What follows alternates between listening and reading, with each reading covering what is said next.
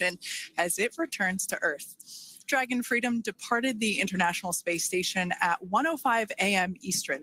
That was 10:05 p.m. Pacific time on March 17th for those of us here in California.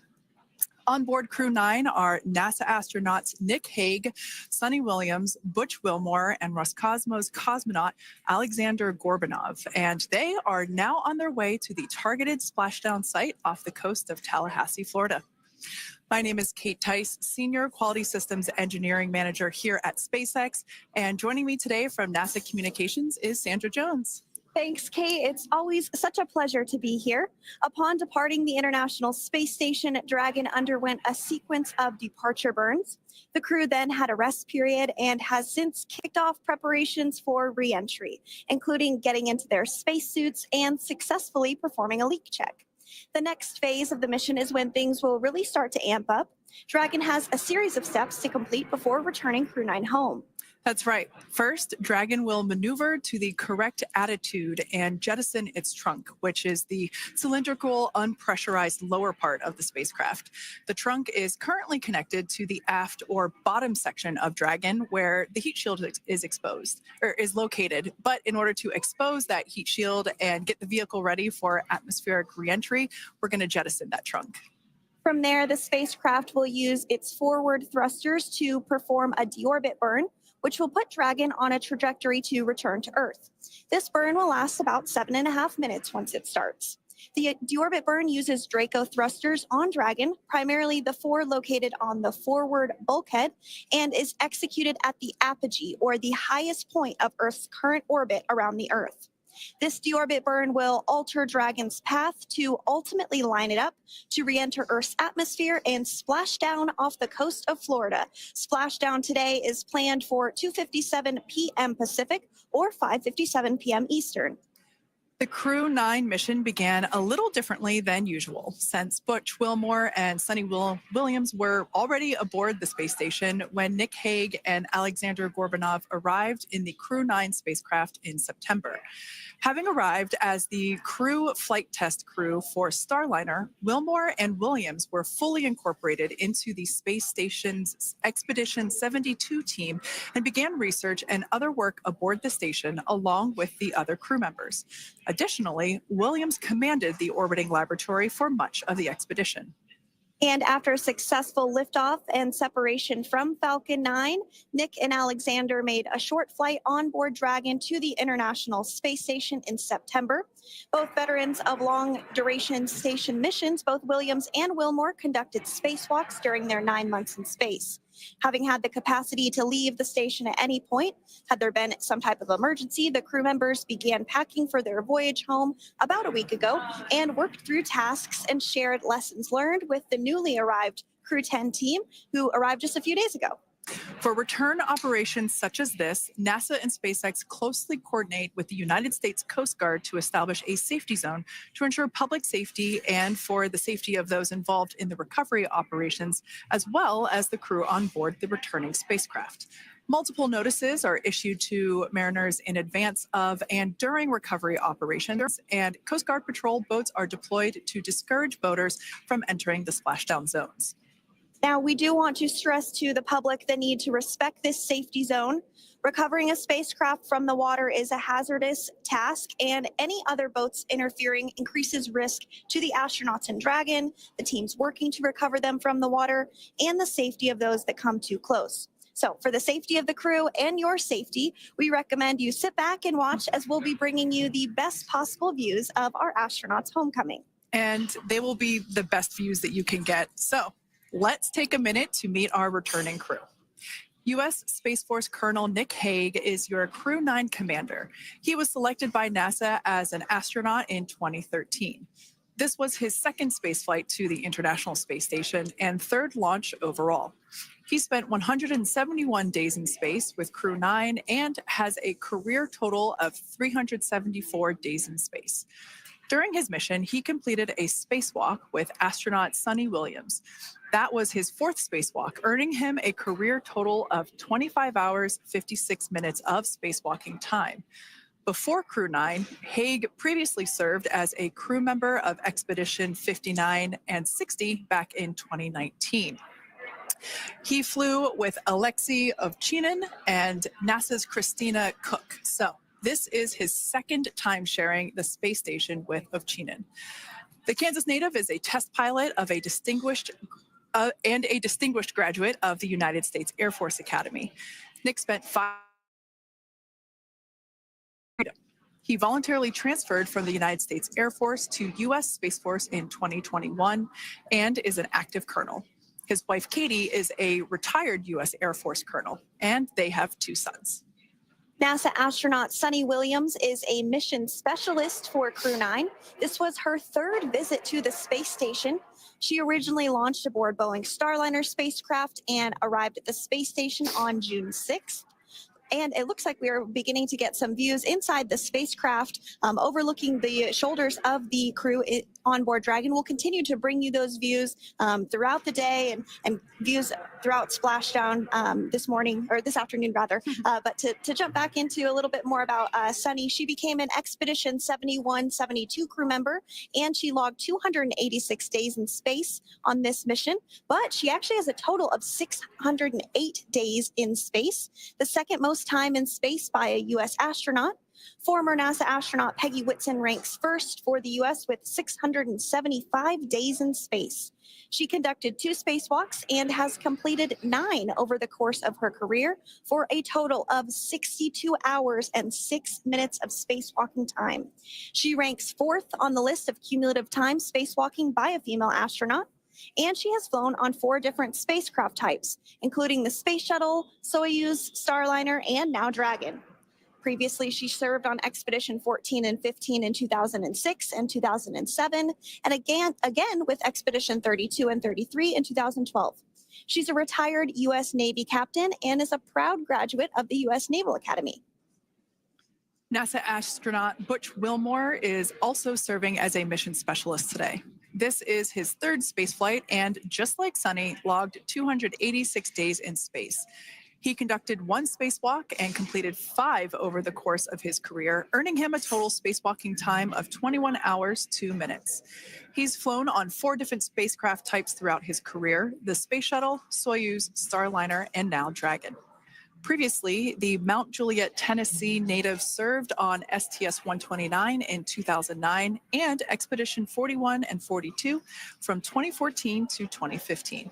Wilmore is also a retired captain in the U.S. Navy.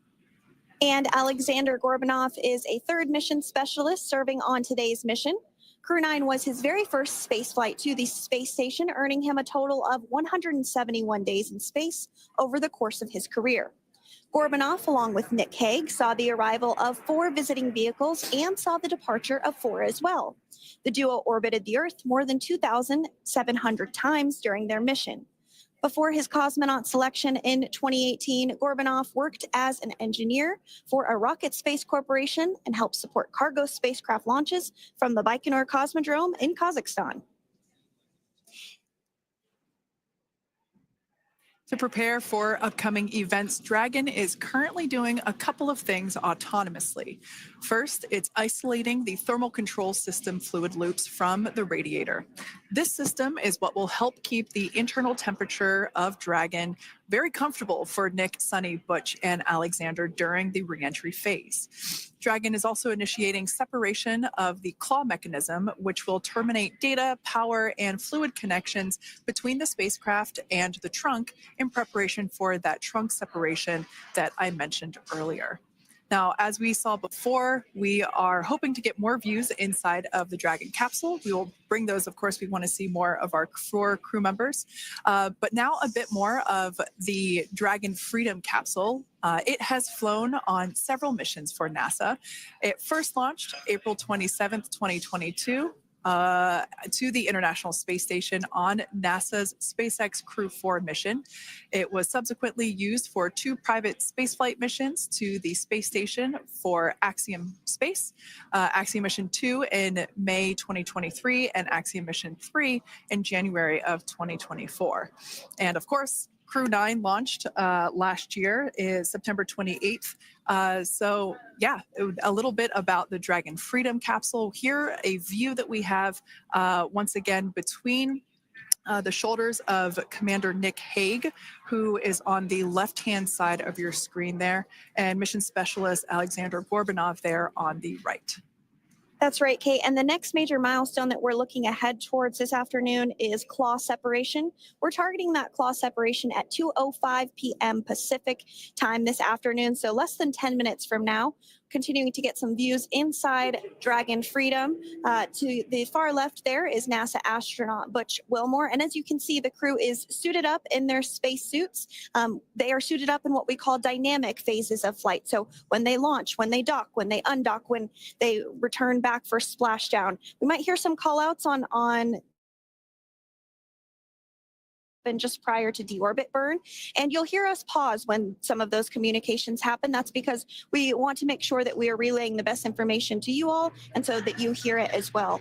So if you do hear us pause, that is what we're doing. You also see they have their on there, and I know the gloves are pretty unique on the Dragon spacesuits, right? They're custom created? Yes, the spacesuit overall is custom fit for each astronaut. These gloves enable usage of the touchscreen panels that they have in front of them.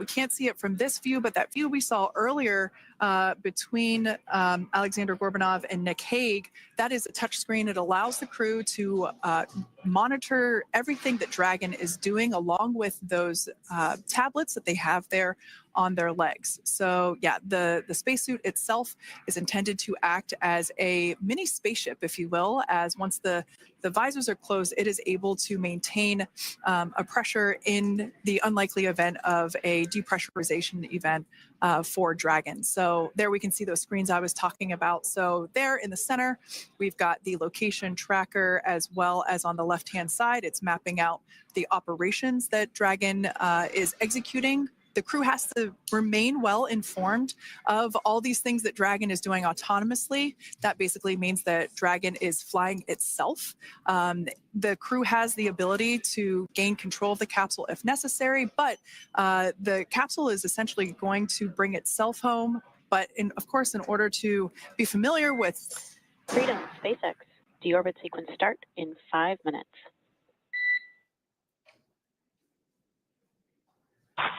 Freedom caps.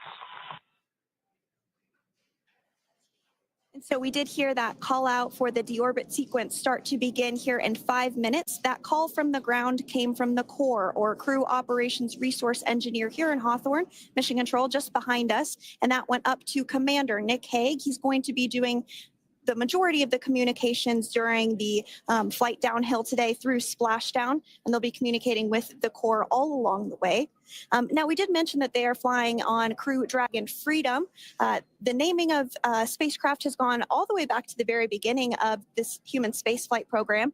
This is a nod to Alan Shepard naming his spacecraft Freedom 7 during the Mercury program. And so the crew that first flew up on Freedom a few years ago had the opportunity to name this Dragon, and they named it Freedom. That was Crew 4 that was the first flyers on this spacecraft. It's also flown for Axiom Mission 2 and 3. And then, of course, today for Crew 9 as well. Yeah, actually, fun fact about this particular capsule, of those 4 missions that Sandra just mentioned, we have seen daytime splashdowns for 2 of those. Today will mark the third daytime splashdown. So there's something lucky about this particular capsule that gets daytime splashdowns. Nighttime is great because we can see even more clearly the capsule streaking through, but I personally love the daylight views because we really get even better views of the recovery team operations during that phase of the mission. Yes, absolutely. And if you follow along with our missions, you'll know that sometimes weather is a watch item when it comes to undocking and splashdown. We do splashdown in the water, so we want to ensure that parameters like wave heights and wind speeds and precipitation, lightning, all of that is looking good for the crew and the safety of those recovery personnel. And today the weather is just pristine. We got off of space station on the very first attempt. So I'm joking around and saying that it was because it was St. Patrick's Day and we got really lucky with the weather. I wouldn't disagree with that. Speaking of weather, we will be hearing from core probably around 2:20-ish. Typically, before we enter the period of loss of signal, or LOS, we will hear an entry briefing from the core, the Crew Operations Resource Engineer, and they will deliver important information like updated anticipated splashdown and loss of signal times to the crew, as well as the wave height and wind speed. So we'll be standing by to listen in on those. Like I said, that will happen shortly after, typically after trunk separation. I can't quite remember if it's before or after deorbit burn. It must be before. But in any case, we'll be hearing all of that coming from core. In fact, that individual is seated there in the room on your screen. That is SpaceX Mission Control in Hawthorne, California.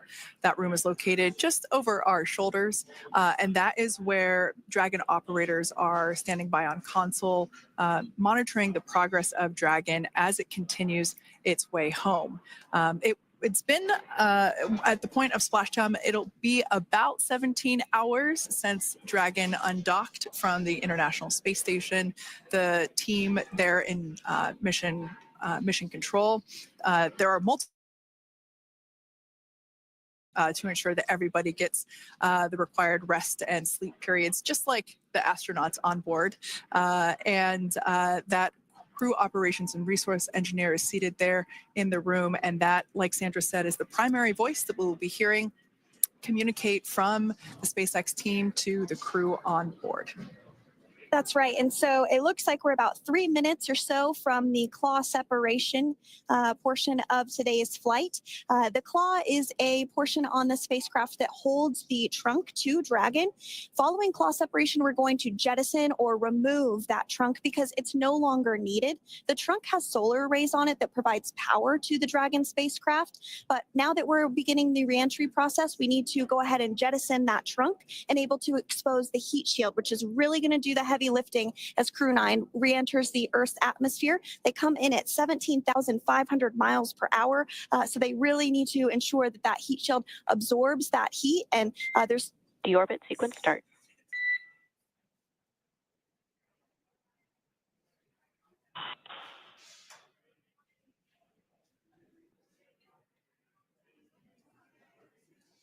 And so we did just get communications there that the deorbit sequence start has begun.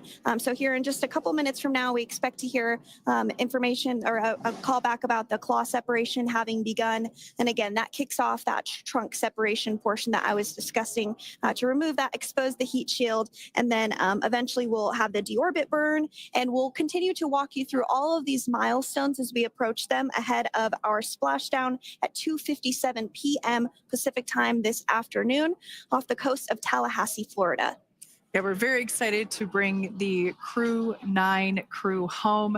Sandra, we were talking about the trunk separation. That trunk is on a trajectory that will re-enter in the atmosphere and break up upon that re-entry. The heat shield itself is one of my favorite parts of the Dragon capsule. It is the workhorse of the re-entry phase. It will work to protect the Dragon capsule and the crew members on board during the re-entry phase as the temperatures outside of the capsule build up to, I believe, about 3,000 degrees Fahrenheit in excess of. And meanwhile, the interior of Dragon stays a very comfortable temperature. That heat shield does a lot of the work, and we'll see that plasma build up on the exterior of the capsule. As a result of the plasma that builds up, we will lose communications with the crew. This is known as loss of signal, or LOS. This is roughly a 10-minute period on average, even less than. I believe today it is probably about 6 or 7 minutes long. It kind of depends on the mission, and it happens for every Dragon capsule that re-enters the atmosphere.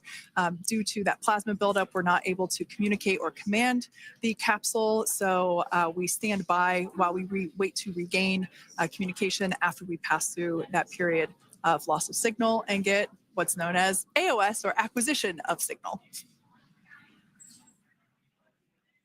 So continuing to stand by for claw separation, and then we'll look towards trunk separation.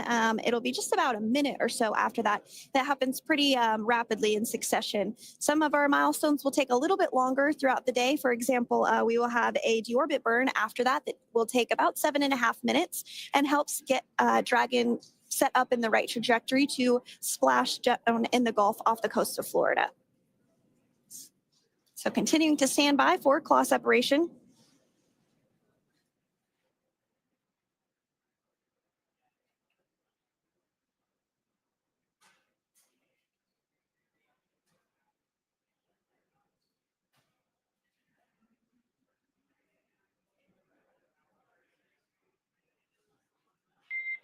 Nominal trunk jettison. All right. Freedom copies. Great news there. That trunk has been jettisoned from the Dragon capsule. So the claw was separated. That's the mechanism that connects the telemetry and power between the Dragon capsule and the trunk. In order to expose the heat shield underneath Dragon, we had to jettison that trunk. And so we just got confirmation that that has happened. So that is great news. Basically means that telemetry is looking good and that the nitrox system is primed for cabin and suit cooling, and the heat shield, like I said, is now exposed and ready for atmospheric reentry. The trunk served its purpose by gathering energy from the sun through its solar cells and converting that to battery power. Since we separated the trunk, we can't generate any more new power, but we really don't need to since we're coming home and Dragon has enough battery. The final steps that Dragon will perform prior to reentry: the slew or the maneuver to deorbit burn attitude, and then the deorbit burn itself. This deorbit burn is the last time that the forward Dracos, which are the 4 thrusters located on top of the spacecraft under the nose cone, it's the last time that they will ignite. The deorbit burn will place Dragon on a precise trajectory to return to the splashdown zone off the coast of Florida. Off the coast of Tallahassee, Florida, and that will last about 7.5 minutes once it starts. And so deorbit burn is targeted for 2:11 p.m. Central Time, so about 2 minutes from now. As we mentioned, it's going to last about 7.5 minutes, again, helping to get Dragon into the precise trajectory to ensure that splashdown occurs in the area that was calculated and where the recovery team is already in place, ready to support splashdown operations today. The recovery vessel Megan is the ship that is going to be utilized today. And we also have what is called fast boats that go out first to check the spacecraft and make sure everything is looking good before the recovery vessel Megan approaches. So that whole recovery process takes about an hour, I would say, from the time the crew splashes down to the time they're on the boat and the crew gets out of the capsule. And we'll continue to bring you live coverage through every step of the way today as Crew 9 returns home. Indeed. Now let's take a little bit of a closer look at Dragon. One of the great things about being close to the space station is that we can use space station cameras to look at Dragon. But now that Dragon is on its way home, we don't have those external cameras. So here's an animation of what the capsule looks like. We've got the pressurized section, the capsule on the top, and the trunk or the unpressurized section on the bottom. That's where those solar panels that we manufacture in-house are located, soaking up the energy from the sun and turning it into power for the capsule. At the very top of the capsule is the nose cone. That is where the Dracos, the forward Dracos, are located. That nose cone is currently open, not closed like we saw in that animation. Once we get through the final maneuverings for the re-entry phase, we will close the nose cone capsule just before Dragon begins its atmospheric entry to protect that forward hatch there located along with those forward Dracos. So go ahead. That's right. I was going to mention that the nose cone does open shortly after launch, and it remains open the entire time that Dragon is docked to the International Space Station. So as an example for this particular spacecraft, Freedom, since September when it docked to the International Space Station, remains open that entire time, and here shortly it will close for the very first time since September. So quick recap of what Dragon has done in recent history here. We basically began preparations for re-entry known as the Deorbit sequence. So Dragon released the trunk. As we said before, we separated the claw, we released the trunk. It next will slew to the deorbit burn attitude. Slew basically meaning maneuver, so it will position itself correctly to execute that deorbit burn. We want the heat shield side to be facing forward or first, if you will. We want that to be the leading edge of the Dragon capsule, as that heat shield is meant to basically be an ablative material for the heat that it will incur. Once we complete that deorbit burn attitude slew, we will initiate the deorbit burn itself. That will last for several minutes, expecting that to be to start here any moment now, actually, and then it will go until about 2:18 p.m. Pacific time or 5:18 p.m. Eastern time. And I did hear confirmation that that deorbit burn is underway. As we mentioned, it's about a 7.5-minute burn. So within the last 10 minutes, Dragon has jettisoned its trunk and initiated the deorbit burn just seconds ago. As mentioned earlier, for those operations, NASA and SpaceX closely coordinate with the United States Coast Guard to establish a safety zone to ensure public safety and for the safety of those involved in the recovery operations, as well as the crew on board the returning spacecraft. Multiple notices are issued to the mariners in advance of and during recovery operations, and Coast Guard patrol boats are deployed to discourage boaters from entering the splashdown zones. So we do want to stress to the public the need to respect this safety zone. Recovering a spacecraft from the water is a hazardous operation, and any other boats interfering increases the risk to not only the astronauts in Dragon, but the teams working to recover them from the water and the safety of those that may come too close. So for the safety of the crew, which you see there on your screen, your safety, we recommend you sit back and watch as we'll continue to bring you the best possible views of our astronauts' homecoming. Yeah. Is the last time that we will utilize our 4 forward Draco thrusters. Forward basically meaning at the top of the Dragon capsule. Dragon Freedom has not yet entered the Earth's atmosphere. This deorbit burn is what will line the vehicle up and put it on its final trajectory to the landing site right off the coast of Tallahassee, Florida. So basically, it is the last burn that the Dragon spacecraft executes and is what really locks it in for that precise landing. As you can see on your screen right now, Nick, Sunny, Butch, and Alexander are using their screens to keep tabs on the burn duration, the Draco firings, and trajectory details such as entry angle, spacecraft perigee, and how much distance remains until deorbit burn termination. As I mentioned earlier, Dragon is flying itself. So all the crew has to do is stay strapped into their seats and keep tabs on things. Although I must say, if I had one of those window seats, it would be pretty difficult to restrain myself. Now, with Nick, Sunny, Butch, and Alexander ready to deorbit and splash down back on Earth, they will be heading to one of 8 targeted sites supported by SpaceX and NASA. All of these sites are located off the coast of Florida, either in the Gulf of America or the Atlantic Ocean. Spreading the supported sites across multiple locations helps maximize the return opportunities for this mission and future crews, lowering the chance that we'll have to wave off due to bad weather. For those of you following along, you'll know that today's splashdown marks our final Dragon recovery on the East Coast. After 6 great years of successful recovery operations off the East Coast, we'll be moving all Dragon recovery operations back to the West Coast. And as always, NASA and SpaceX jointly select our splashdown location. And for today, the prime recovery site is off the coast of Tallahassee, Florida. The selection process works with a lot of different variables, including the space station's orbital trajectory or path that it follows, what landing sites are available and have favorable weather, how much free flight capability Dragon has for the trip home, and the sleep schedules for the returning crew members, as well as, of course, the big one, the weather.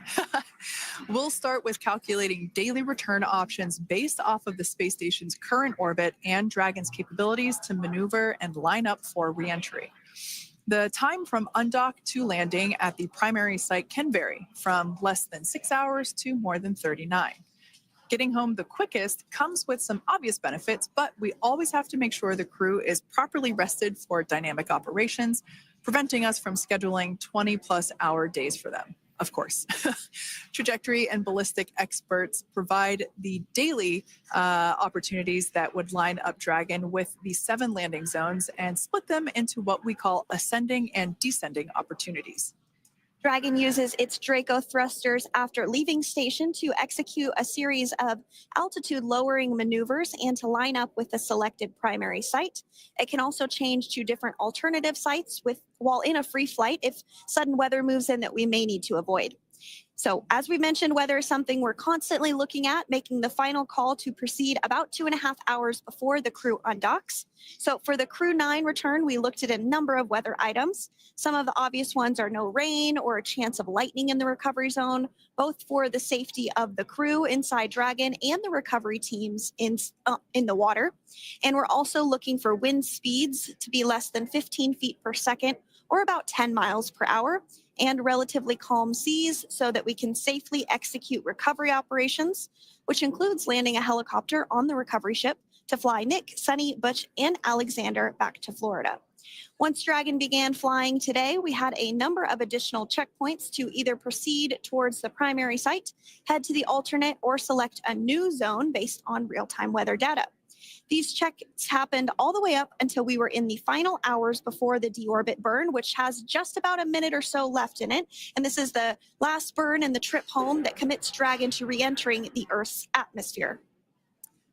Now, we are currently waiting to conclude the deorbit burn. We've got less than a minute until that finishes. We will expect to hear a call out for nominal burn, which will confirm completion of that deorbit burn for Dragon Freedom. We can see images there from the touchscreen display panels that the crew utilizes in flight. We can see the visualization of exactly which one of the 4 forward Draco thrusters are firing. That's why you have kind of like a strobe effect there.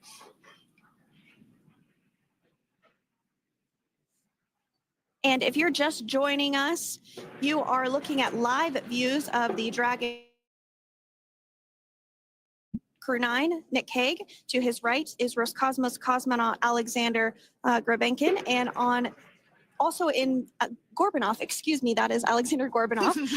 And then also in the capsule today is NASA astronauts Sunny Williams and Butch Wilmore. We are awaiting confirmation that their deorbit burn is complete, which is the last burn that's going to help set them up on a trajectory to Splashdown off the coast of Florida. Deorbit burn complete. Performance nominal. Nose cone closure initiated. Freedom copies. All right, excellent news there. We heard the words we were looking for, nominal burn. So that means that that deorbit burn was successful and nominal, meaning as expected. And we're now beginning to close the nose cone in preparation for atmospheric reentry.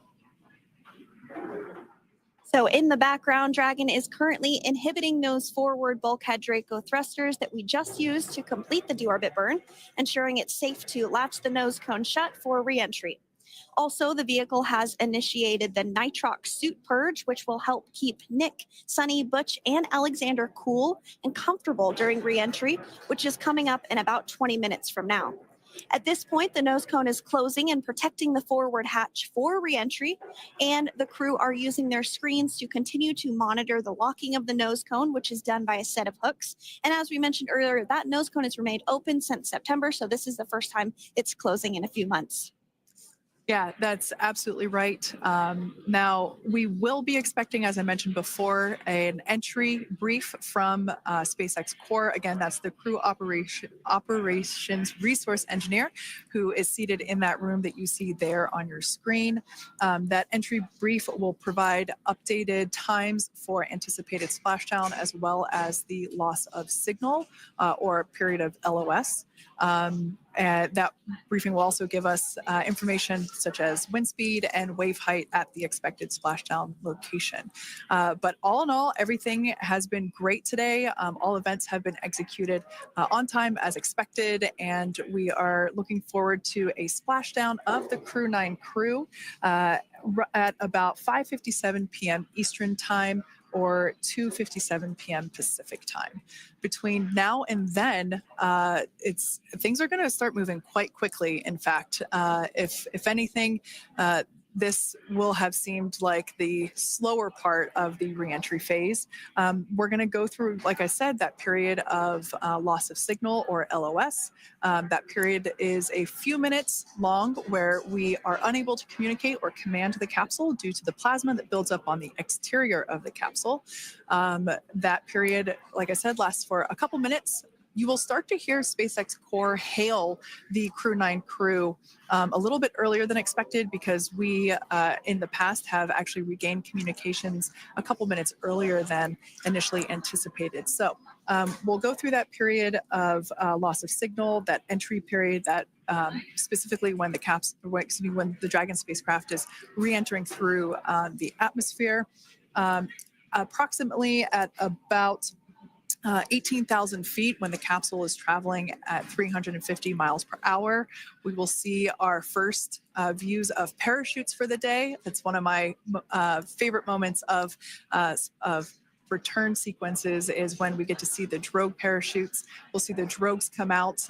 Those drogues will help slow the vehicle down to about 119 miles per hour.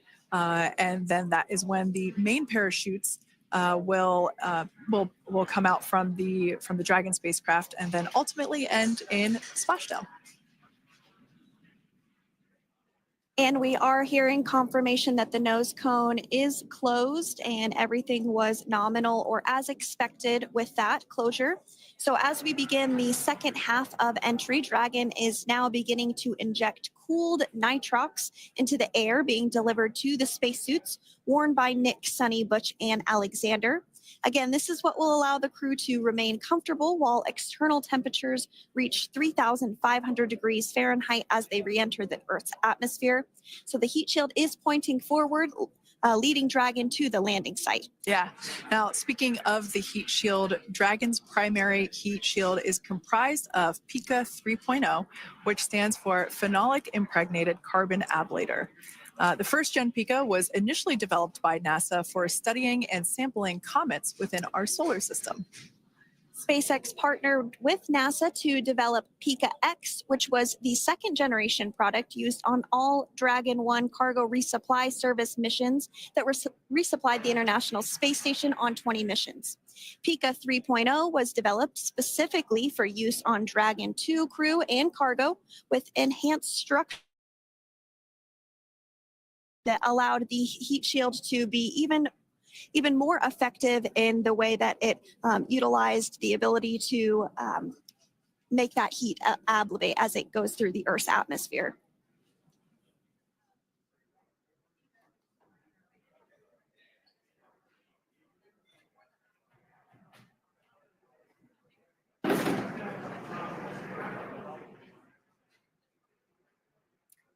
The remainder of Dragon is composed primarily of a SpaceX proprietary ablative material. It's another class of thermal protection, which is lighter weight versus PICA and protects the underlying composite structure during reentry to ensure the structural capabilities are maintained.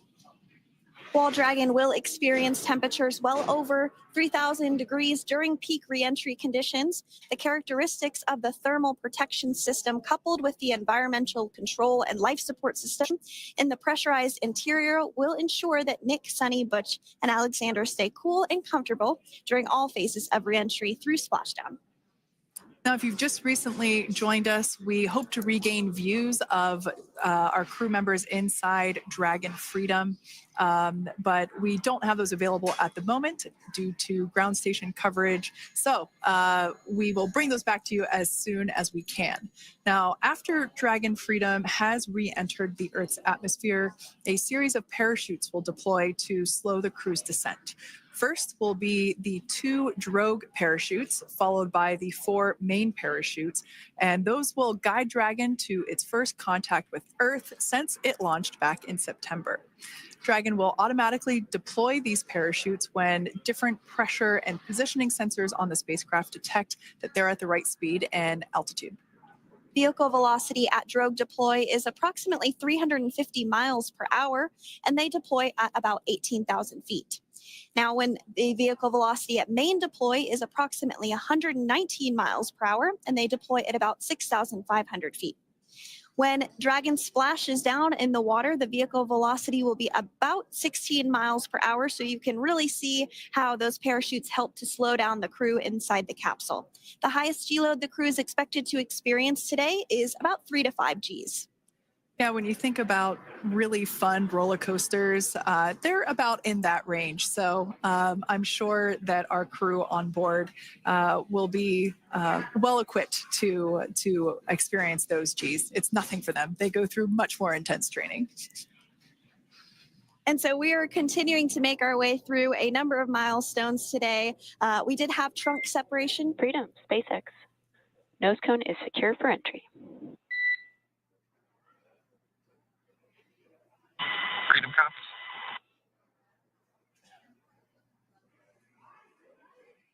All right, great news there. That tells us that the final physical configuration change for Dragon is complete. We have closed that nose cone. This is the last physical change that Dragon undergoes prior to re-entering the Earth's atmosphere. It's important that that nose cone is completely closed because underneath it is not only where the 4 forward Draco thrusters are located, but it's also because that is where the forward hatch is located. That is the hatch that is utilized for the crew to ingress and egress from the station while it is docked on board. And since our capsules are flight proven and we reuse them on future space flights, we want to make sure that all of the integrity of that hardware remains intact. So that nose cone is successfully closed, and we're going to start moving pretty quickly here. As I mentioned before, we'll go through loss of signal. We'll get that signal back several minutes later, and then we'll see the parachute action. Yep, and then that's all ahead of Splashdown off the coast of Florida. We're targeting Tallahassee as our splashdown zone today at 2:57 p.m. Pacific time this afternoon. Now, you did mention the call to the crew. They'll do some additional calculations following that burn and potentially let us know if that splashdown time has changed at all. But right now, we are continuing to target 2:57 p.m. And you can see there on your screen a path of where Dragon will be re-entering today. So if you are in the southern tip of Mexico, you might have the opportunity to see Dragon. Because it's a daytime splashdown, you probably won't have too great of views, but potentially you'll have the opportunity to get a glimpse of it there. Once again, Dragon operators, they're monitoring the progress of Dragon through this reentry phase. That is SpaceX Mission Control located here in Hawthorne, California. That is also where the crew operations and resource engineer is seated. That person is the voice that we have as the primary point of contact to the crew on board Dragon Freedom. We will also hear the voice of Commander Nick Hague. Basically, after we hear the Corps communicate something, we will hear Nick Hague indicate that they copy, that they heard the message well, some sort of recognition that the message was received. And if you joined us yesterday for our coverage during the undocking, we were communicating through something that's called a big loop. We do that when we're in integrated operations with the International Freedom, SpaceX for entry sequence. Report when ready to copy.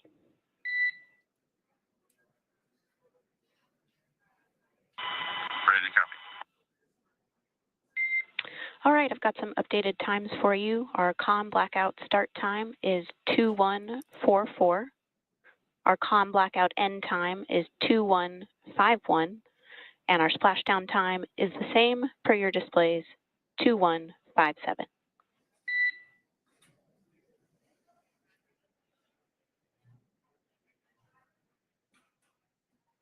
Okay. Understand com blackout start 2144, stop 2151, splashdown per display. That's a good readback. And with that, please report when tablets are secured behind the elastic bands, restraints are tight, and visors are down.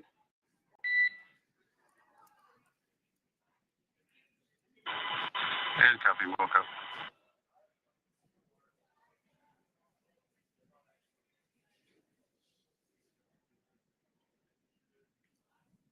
And with that communication from the Corps or Crew Operations Resource Engineer here in Hawthorne to Commander Nick Hague of Crew Dragon Freedom, we did hear that the loss of signal period is still at 2:44 p.m. Pacific, but we had a 1-minute adjustment to the acquisition of signal. That's going to now be at 2:51 p.m. Pacific time. However, our splashdown time remains the same at 2:57 p.m. Pacific time this afternoon off the coast of Tallahassee, Florida. So all good news there as Dragon continues to make its way home with the Crew 9 crew. As we mentioned before, we are splashing down on the Gulf Coast. We have ability to splash down on either side of Florida, but the location site just outside of Tallahassee, Florida is the site that was selected today due to best recovery conditions. And as Sandra mentioned before, weather is always a watch item, but everything is looking great for that particular recovery location. So I'm sure once we start getting views from the recovery vessel, I have a feeling it's going to be a pretty beautiful afternoon. And we did mention that, of course, this is a daylight splashdown, so we should be getting some great views. We do have a couple of spacecraft called the WB-57, which are high-altitude planes that NASA utilizes during splashdown operations. Those are en route and going to be tracking the capsule as it makes its way through the atmosphere and should be providing some good views for us. Kate and I were just chatting about how we haven't had a daytime splashdown in a little while, so we're looking forward to the views along with you. Yeah. Nighttime views are also great because we can see that capsule streaking through the night sky quite brightly. So like Sandra, you said earlier, daylight will be a little bit less bright, but we will definitely be able to see the SpaceX recovery team operations much clearer. I could also imagine it's probably a little bit easier for the team themselves to do their work in daytime than at nighttime. We'll see them rush in really quickly with a couple of fast boats as they begin the initial safety checks and sweeps of the Dragon capsule, while also retrieving the parachutes from the surface of the ocean. The recovery vessel, the main recovery vessel, will continue to make its way closer to the Dragon capsule. It is stationed a couple miles away from the actual recovery location, the splashdown location, for obvious safety purposes. So it takes a little while for that vessel to make its way over, but once it's closer, we'll have even better views of those recovery operations. And you may be wondering why sometimes we splash down in the daytime versus the nighttime. And believe me, we would all love for these operations to happen during regular daytime working hours. But unfortunately, orbital mechanics just doesn't quite work out that way. So it has to deal with the location of the International Space Station, as well as where the splashdown zone is on Earth and that trajectory, as well as the phasing. So as we mentioned earlier, sometimes we have phasing as short as 6 hours, sometimes in excess of 30 plus hours. It just depends on where the targeted area is that the capsule is going to splash down. So today's phasing has been 17 hours since undocking occurred at 10 for us here in Hawthorne, early wee hours for folks on the East Coast and other areas of the United States. Yeah, but regardless of whether it's daytime or nighttime, the SpaceX recovery team has trained and practiced and rehearsed for it all. So regardless of daylight, They are really efficient with those operations. And but like you said, Sandra, it has been a minute since we have seen a daytime splashdown on a NASA SpaceX crew mission. The last daytime recovery was on Crew 4, which was the debut flight for the capsule flying today, the spacecraft known as Dragon Freedom. And so, yeah, kind of a fun fact there in terms of the timing of that daylight splashdowns.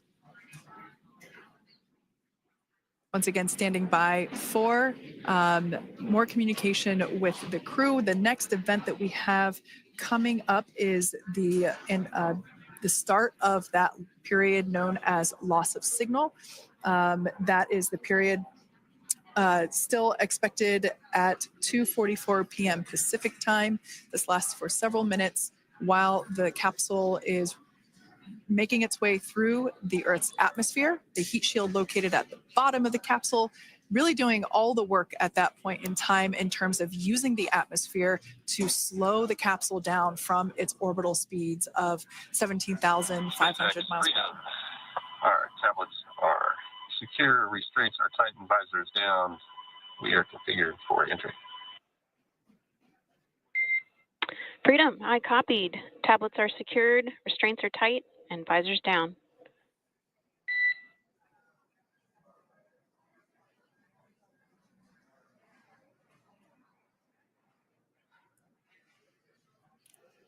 All right, great news there in terms of continuing to make progress. That back and forth communication we heard was just letting Core know that per their instructions, Crew 9 has now put away everything that was necessary in order to begin the re-entry, including those tablets that were located on their legs. Those are now stowed away. They've tightened that safety harness that we see there, and the visors are now down. So with all that being said, let's take a minute to meet our returning crew. U.S. Space Force Colonel Nick Hague is your Crew 9 commander. He was selected by NASA as an astronaut in 2013. This was his second spaceflight to the International Space Station and third launch overall. He spent 171 days in space with Crew 9 and has a career total of 374 days in space. During his mission, he completed a spacewalk with astronaut Sunny Williams. That was his fourth spacewalk, earning him a career total of 25 hours, 56 minutes of spacewalking time. Before Crew 9, Hague previously served as a crew member of Expedition 59 and 60 back in 2019. He flew with Alexei Ovchinin and NASA's Christina Cook. So this is his second time sharing the space station with Ovchinin. The Kansas native is a test pilot and distinguished graduate of the United States Air Force Academy. Nick spent 5 months in Iraq in support of Operation Iraqi Freedom. He voluntarily transferred from the United States Air Force to U.S. Space Force in 2021 and is an active colonel. His wife, Katie, is a retired U.S. Air Force colonel, and they have 2 sons. NASA astronaut Sunny Williams is a mission specialist for Crew 9. This was her third visit to the International Space Station. She originally launched aboard Boeing Starliner spacecraft and arrived at the space station on June 6th. Following the agency's decision to return Starliner uncrewed, she became an Expedition 71 and 72 crew member, where she logged 286 days in space on this mission. But Sunny has a total of 608 days in space, the second most time in space by a U.S. astronaut. 5 minutes until predicted comm blackout. We'll see you on the other side at 21:51.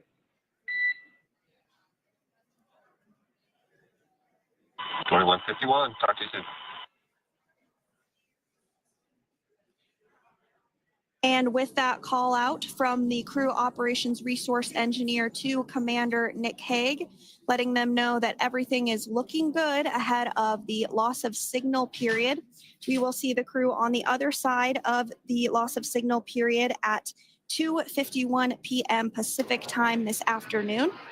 Continuing on about Sunny Williams, who has a total of 608 days in space, the second most time in space by a U.S. astronaut. Former NASA astronaut Peggy Whitson actually ranks first for the U.S. with Sunny conducted 2 spacewalks and has completed 9 over the course of her career for a total of 62 hours, 6 minutes of spacewalking time. She ranks 4th on the list of cumulative time spacewalking by a female astronaut, and she has flown on 4 different spacecraft types, including the Space Shuttle, Soyuz, Starliner, and now Dragon. Previously, she served on Expedition 14 and 15 in 2006 and 2007, and again with Expedition 32 and 33 in 2012. She's a retired U.S. Navy captain and is a proud graduate of the U.S. Naval Academy and was the first astronaut to run a marathon in space. Pretty awesome stuff. Now, NASA astronaut Butch Wilmore is also serving as a mission specialist today. This is his 3rd space flight and, just like Sunny, logged 286 days in space. He conducted 1 spacewalk and completed 5 over the course of his career, earning him a total spacewalking time of 21 hours and 2 minutes. He's flown on 4 different spacecraft types throughout his career: the Space Shuttle, Soyuz, Starliner, and now Dragon. Previously, the Mount Juliet, Tennessee native served on STS-129 in 2009 and Expedition 41 and 42 from 2014 to 2015. Wilmore is also a retired captain in the U.S. Navy.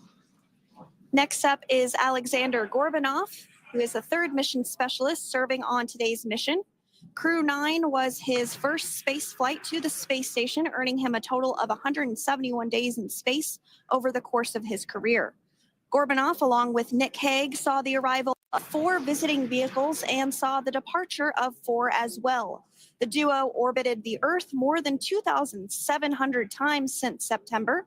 Before his cosmonaut selection in 2018, Gorbanov worked as an engineer for a rocket space corporation and helped support cargo spacecraft launches from the Baikonur Cosmodrome in Kazakhstan.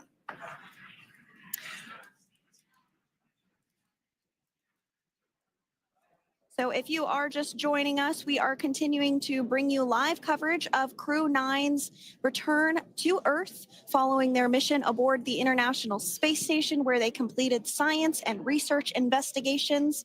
We are targeting splashdown off the coast of Florida at 2:57 p.m. Pacific time. The next major milestone that we'll look ahead towards is what we call loss of signal, or LOS, when we won't have communications with the crew because they will be re-entering the Earth's atmosphere. And during this process, there is plasma that builds up around that heat shield. So we are not able to communicate with the crew, but we are anticipating to regain communications with the crew at a short time from now at 2:51 p.m. Pacific time today. As we said before, everything continues to look good for the return of the Crew 9 team. We are about to go into that period of loss of signal. Once we get views of the crew inside the capsule, once again, we will be sure to bring those to you. But that period of time is when plasma is building up on the exterior of the capsule, generating heat in excess of 3,500 degrees Fahrenheit. So we are unable to communicate or command the spacecraft at that time. And that includes, unfortunately, video feeds as well. So as soon as we get the views back inside Dragon, we will bring those to you. But until then, we are going to stand by and continue to monitor the progress of Dragon. Like Sandra just said, we are anticipating the blackout period to begin at 2:51 p.m. Pacific time, 5:51 p.m. Eastern time. This will last for several minutes. It's not super exact, even though we are predicting acquisition of signal, or AOS, to come back at 5:51 p.m. Eastern time. In the past, we have regained communication sometimes a little bit earlier than that. So we'll probably start to hear Core begin to hail Crew Dragon a minute or two prior to that anticipated acquisition of signal. But right now, Nick, Sunny, Butch, and Alexander are seated in their seats inside Dragon Freedom. Their visors are down, and they have put away or stored the tablets they had located on their upper leg to monitor Dragon's progress. Now they will be utilizing the touchscreen displays where the current operation and future operations will be displayed as they are able to monitor Dragon's progress continually. As I said before, Dragon is autonomous, meaning it is flying itself. So the crew stands by and monitors, and those touchscreen displays are what will be allowing them to do so, such as parachute deploy. And while on board the International Space Station, Nick, Sunny, Butch, and Alexander contributed to over 900 hours of science and research investigations, which is really the key purpose of the International Space Station. Now, the International Space Station is celebrating a major milestone this year where they will be celebrating 25 years of continuous human presence in November. So if you're younger than 25 years, you've never known a day where there hasn't been a human living and working aboard the International Space Station, contributing to key science and research investigations that impact our lives here on Earth. There's research being done on Parkinson's, on osteoporosis, on cancer research, and a variety of other studies. Additionally, the microgravity laboratory provides a jumping off point for us as we venture back to the moon and onto Mars through longer duration space flights. One such example that the crew worked on during this mission was an alternative exercise device. In microgravity, the crew has to exercise for about 2 hours a day because they're not having the effects of gravity on their body. So to prevent bone and muscle loss, we counteract that with 2 hours of exercise per day. On board the International Space Station, they have 3 ways in which they can exercise. They have a bike, they have a treadmill, and they have a similar to a weightlifting machine that counteracts the microgravity environment. But a particular experiment that this crew tested out was a combination of all 3 of those in one smaller device. And this is really critical as we continue on to the moon, Mars, and beyond, because space is really important in spacecraft. So if we have something smaller that the crew might be able to utilize, that can potentially help us venture out even further into the solar system.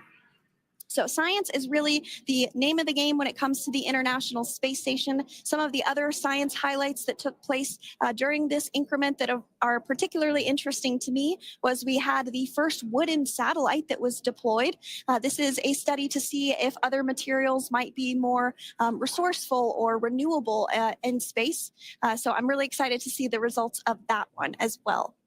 Additionally, we had a couple of spacewalks that took place to not only provide maintenance to the International Space Station, but also where we swabbed the outside of the space station near vents to see if any microbes that we all have microbes on us, to see if any of those could survive in the harsh environment of space, which again is very important for us to know and understand as we continue to the moon, Mars, and beyond. Very exciting stuff. Now, at this point, we have now entered the communications blackout period for the Dragon spacecraft. This lasts approximately 7 minutes due to plasma formation around the spacecraft itself.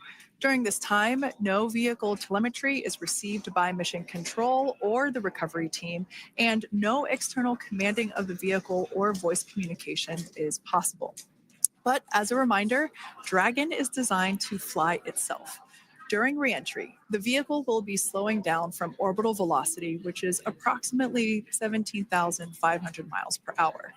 The top temperature that Dragon will experience upon reentry is 3,500 degrees Fahrenheit.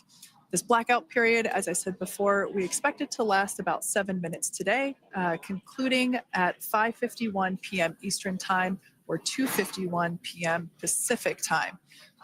We right there have our first view of Dragon Freedom coming home to Earth. And that view is from the WB-57, which is one of NASA's high altitude planes that is tracking. Now, because of the way that this camera is configured, it does look like it is dark, but it is indeed daytime, and you're beginning to see that plasma trail as Dragon re-enters the Earth's atmosphere. All of that is expected. We are anticipating an acquisition of signal around 2:51 p.m. Pacific Time, so just minutes from now, and you may hear the core begin to hail out or call Dragon for communications and see if we can potentially get communications with them a little bit earlier. Following this, we'll have two events in rapid succession. We'll have the drogue parachutes deploy at 2:53 p.m. Pacific, followed by the mains just 1 minute later at 2:54 p.m. Pacific time, ahead of a splashdown at 2:57 p.m. Pacific time off the coast of Tallahassee, Florida.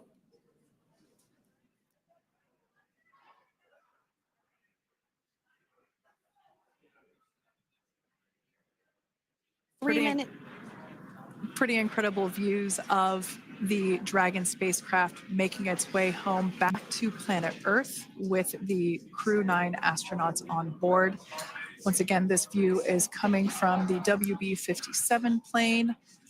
That heat shield we can see doing magnificent work as it works to Freedom, SpaceX, ComCheck.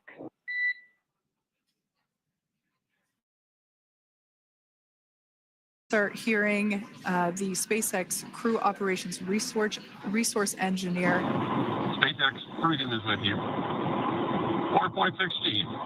Enjoying the ride. Copy that, Freedom. Great news there from Commander Nick Hague reporting back.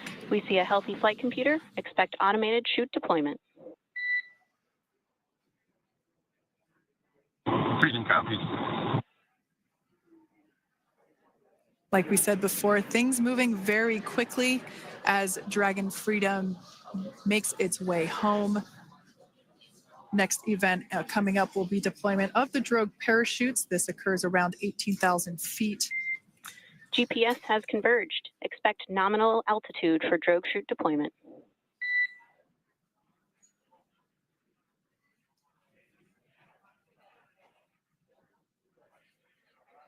We're about 2 minutes away from deployment of those drogue parachutes.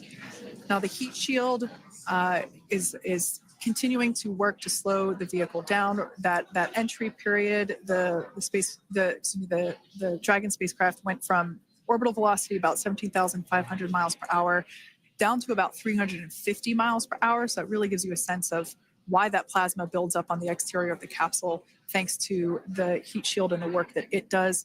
Those drogue parachutes will slow it down from 350 to about 119 miles per hour. We can see 15 kilometers. Brace for drogue window.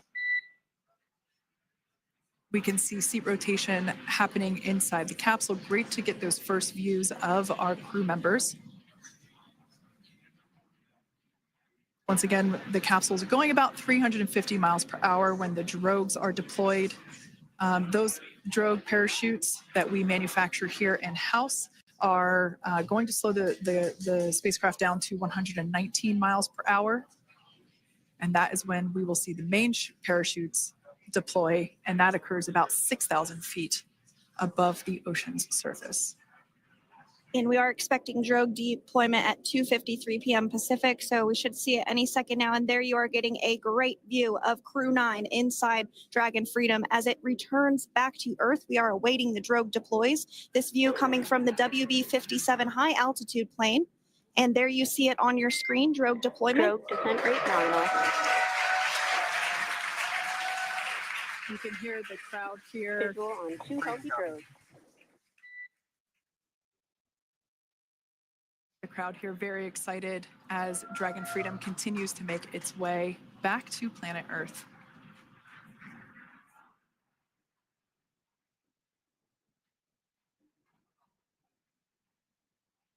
Next up, we'll stand by for the main deployment of the parachutes. The mains are quite a bit larger. You'll be able to notice the difference on your screen once they deploy, and they continue to ensure that the Dragon spacecraft slows down even further. As we mentioned, Freedom will be traveling 16 miles per hour when it splashes down off the coast of Tallahassee, Florida, here at 2:57 p.m. Pacific time this afternoon. And there we go. We have visual on 4 healthy mains. That view was from inside. Freedom copy. That view was from inside one of the buckets where the parachutes are located. So we see a great view there of the reefing on those parachutes. And as those main parachutes begin to inflate fully, 4 beautiful, healthy mains. Now awaiting visuals of Splashdown. SpaceX Freedom, 1,000. We'll start to hear Commander Nick Hague. Copy, 1,000. As we heard right there, Commander Nick Hague will be calling out the altitude of the Dragon capsule from here on out. Landing in water is simpler and provides more margin against unlikely parachute issues. You can see those parachutes continuing to slow the Dragon capsule down. And if you're just joining us, you're looking at 800 meters. a live view of Crew 9, just minutes away from splashing down off the coast of Tallahassee, Florida. Splashdown 2 minutes from now at 2:57 p.m. Pacific. We do have 4 healthy mains really doing the job there. Just breathtaking views of a calm, glass-like ocean off the coast of Tallahassee, Florida. Crew 9 just minutes away from splashing down. This is really such an incredible shot. Copy, 600. That was a live view from our recovery vessel, Megan, which is stationed a couple miles away from the splashdown site. We can see the crew there using their restraints.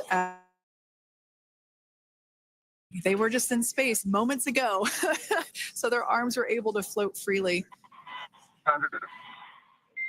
400 meters. This is a gorgeous bluebird day here that we have for the splashdown of Crew 9. It's incredible to think that the Dragon capsule just minutes ago was going over 17,000 miles per hour, and now gently coasting to a soft splashdown. 200. Copy, 200 meters. Brace for splashdown.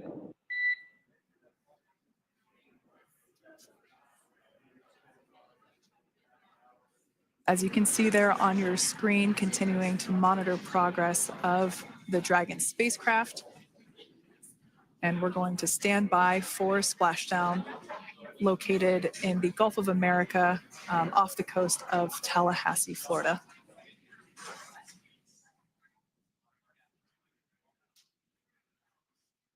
And splashdown. Crew 9 back on Earth.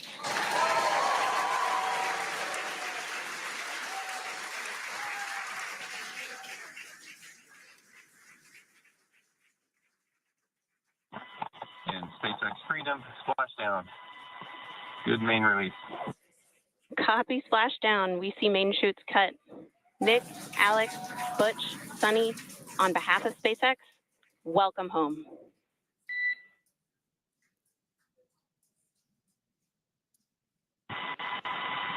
It is an amazing, what a ride. I see a capsule full of grins ear to ear.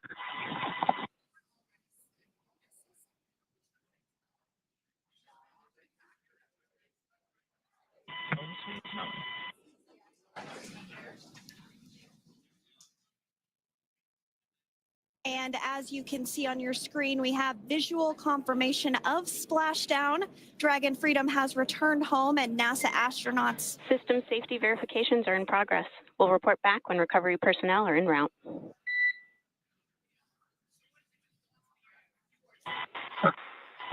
Understand. And, we're in section 2, 4.800 landing response. And looking for your word on if it is necessary.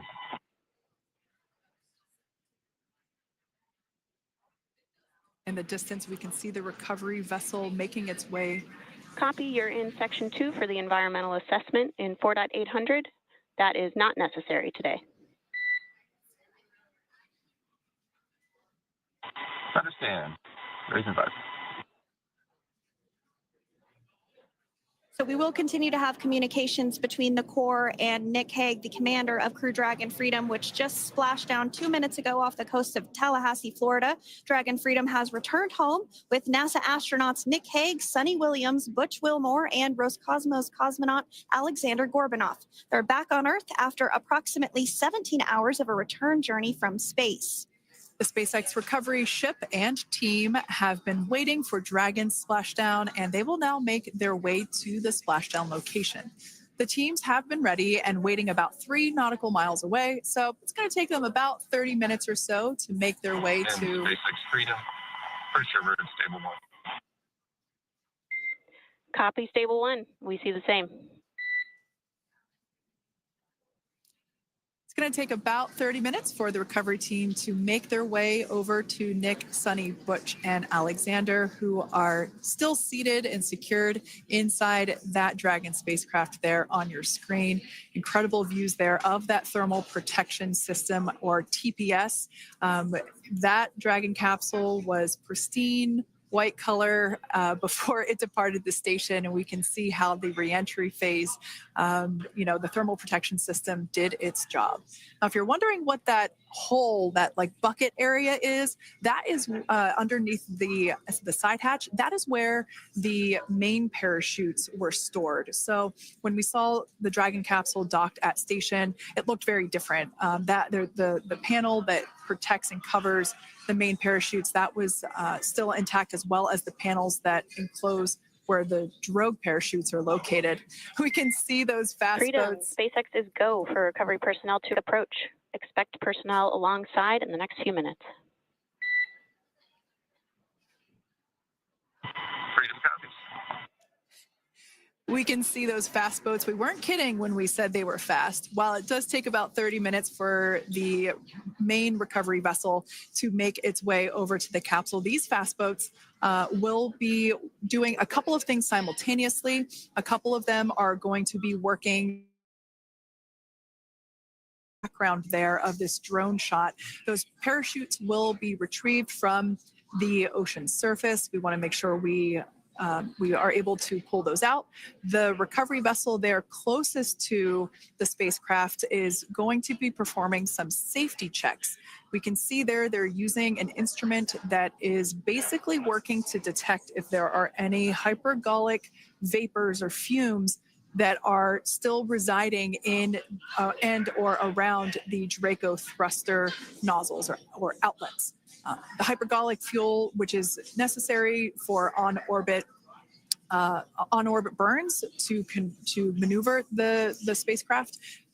Unfortunately, those hypergolics are unable to be breathed. They are toxic, and so this team here is doing those initial safety checks to make sure that it is safe for the rest of the recovery team to approach the spacecraft. They're also checking to make sure that any residuals from the pyros are safe and are not going to cause any issues. We can see the team working their way around the spacecraft to do these basically these sniff tests on all of those Draco thrusters. And as we continue to await the recovery of our Dragon spacecraft with NASA astronauts Nick Hague, Sunny Williams, Butch Wilmore, and Roscosmos cosmonaut Alexander Gorbanov inside, Dragon has autonomously completed several steps to safe itself following splashdown. We are continuing to see Dragon in what is known as stable 1 configuration. That's kind of the ideal configuration following splashdown. It's upright, and the Dragon capsule is in the right configuration for it to be hoisted into the recovery vessel Megan, which you do see a little ways off in your screen approaching. Dragon will continue to remain live on air with you through that recovery process, all the way through the point where the crew is extracted from the Dragon spacecraft. Now, if you are just joining us, the mission has gone smoothly so far. Dragon successfully splashed down off the coast of Tallahassee, Florida at 2:57 p.m. Pacific, 5:57 p.m. Eastern Time this afternoon. Approximately 17 hours prior to splashdown, Dragon autonomously undocked from the International Space Station, completed a series of departure burns, jettisoned its trunk section, and performed its final burn, the deorbit burn. This placed the Dragon spacecraft on a trajectory toward Tallahassee, Florida. Dragon successfully re-entered the Earth's atmosphere, followed by deployment of its parachutes to slow the spacecraft down to a gentle splashdown. We're now going to follow the Freedom, hypergol sweeps and unfired ordnance checks are nominal. Rigging is in progress. Approximately 25 minutes until capsule lift. stand by for PMC with SpaceX flight surgeon.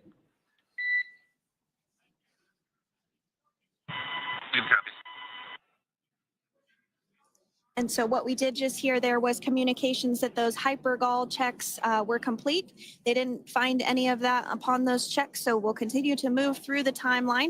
Next up is a process called rigging, which you see happening right now on your screen. This is when a SpaceX recovery personnel actually works to climb aboard the capsule and work through procedures ahead of lifting onto the nest of the recovery vessel Megan. We heard it's going to be about 25 minutes or so until that lift actually takes place.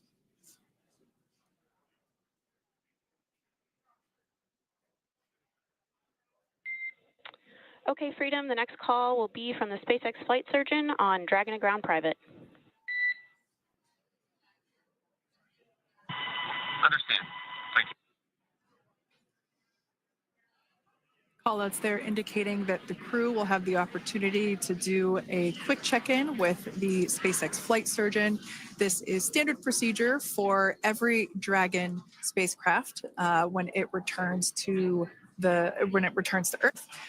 It's just an initial check-in, make sure everybody is doing okay. They will also have another check-in with the flight surgeon once they are on board that recovery vessel that you see there in the background. We can now see that SpaceX recovery team member they're on top of the Dragon spacecraft. They are going to be working to install plugs in the Draco thrusters to ensure that none of those and to ensure that no more hypergolic fumes or vapors come out from the spacecraft. They'll also place harnessing around the spacecraft that are required in order to lift it out of the water.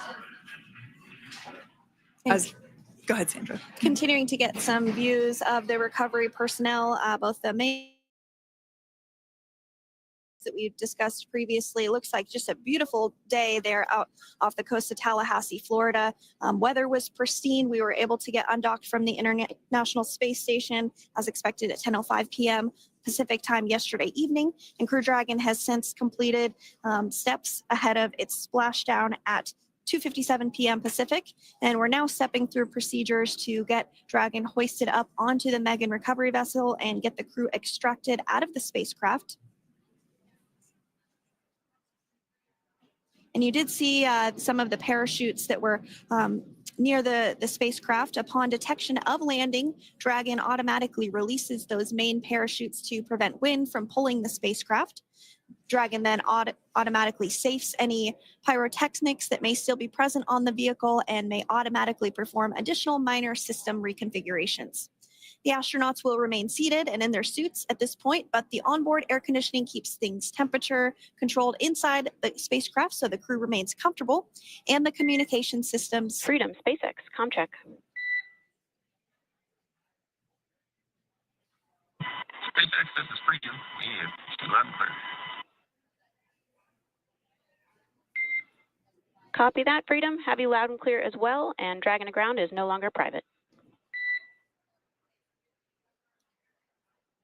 Understand, thank you. As we saw there on the screen, we have a couple of fast boats in the recovery fleet that have quickly moved into the splashdown location. They are being followed by one of the main recovery vessels, which will move into position upwind of the spacecraft. The two fast boats have very specific roles. Excuse me. The first approach is focused on immediate safety inspection, as we saw. They do this for spacecraft integrity and checking for any presence of those hypergolic propellant vapors. And this ensures that it is safe for the recovery vessel to approach Dragon. Once Dragon is cleared for full approach, as we heard is the case today, the team begins rigging the spacecraft for water recovery by the recovery ship. The second fast boat is responsible for parachute recovery and also serves as a redundant boat to the first one that makes the initial approach to the Dragon spacecraft. As we saw a little bit earlier, we were also able to see one of the recovery team members get on a jet ski to help gather up the parachutes that were automatically detached from the Dragon spacecraft upon splashdown. And it will take a little over 10 minutes for the recovery crew to complete their safety checks. Once they complete, the team will begin preparing Dragon to be lifted. And as you see, they are preparing for that to take place at this point. As part of the preparation for this lift, one member of the recovery team has climbed on top of the spacecraft already so they can attach Dragon's hoist rings and connect to the lifting lines. It will take us less than an hour to raise Dragon to the recovery boat and remove the crew from the spacecraft. After medical checkouts, the crew will return to land within 4 hours by helicopter. And if no additional medical assistance is needed, the crew will board a waiting NASA plane and depart for Houston.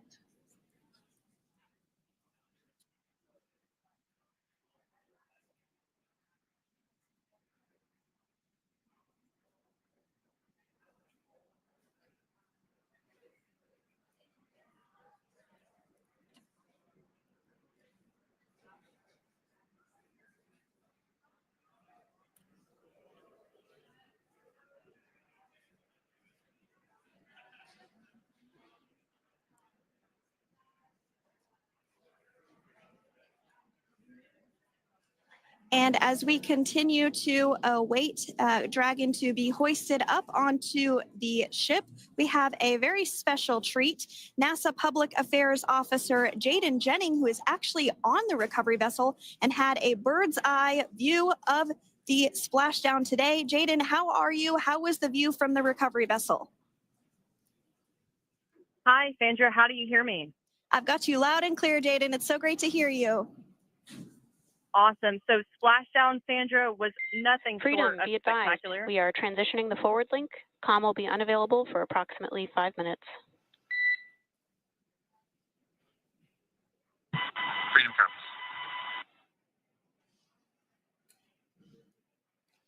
Thanks so much, Jaden. We did just have some communications letting us know that we'll have about a 5-minute period where we won't be able to hear from the crew. So please go ahead, tell us, how was the view from the recovery vessel?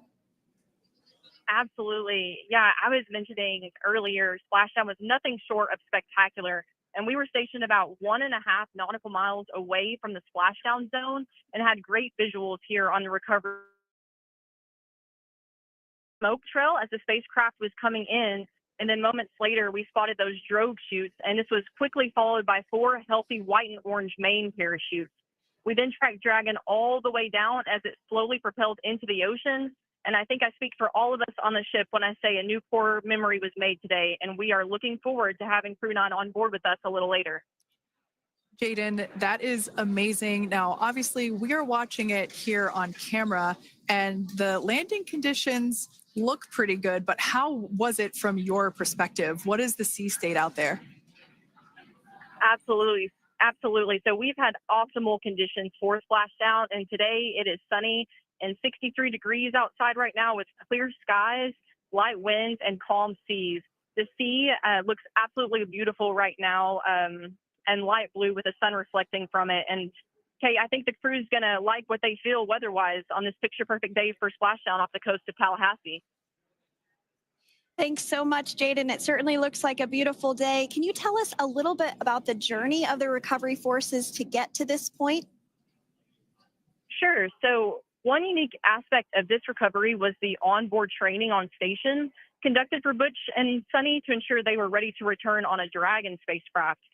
That training covered all aspects of their return, including nominal and contingency departures, deorbit burns, splashdown, and post-landing ops, which is what this team is preparing for now. As for the recovery teams themselves, we started the day taking a series of helicopters out to the vessel. And as standard, the recovery director and crew support teams were on that first helicopter out and took the time to get everything prepared on the ship. About 2 hours before splashdown, they deployed those fast boats and jet skis into the water. I was actually on the second helicopter out, and we were on the vessel about an hour and a half before splashdown and landed on top of the helicopter pad on the Megan. And the teams have been working diligently across their respective disciplines this week, executing what can only be described, in my point of view, as a logistical masterpiece, just ensuring every detail has been in place for Crew 9's return. That is such great news. I'm so glad that you're able there to experience it in person. Now, can you tell us a little bit about what's next to retrieve the crew for the recovery personnel on board? Yeah, Kate. So coming up next, Dragon will be hoisted into the on-deck translation system, or the nest, at the aft end of the ship, and then will be translated pretty quickly towards that egress platform. We'll perform another series of safety checks as final precautionary measures just to make sure there are no hypergolic vapors present before opening that side hatch. And then once that side hatch of the spacecraft is open, the crew will be assisted out of the capsule one by one from NASA and SpaceX. Freedom, SpaceX, ComCheck. Freedom's got you loud and clear.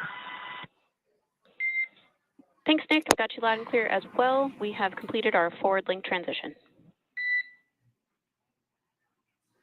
Copy.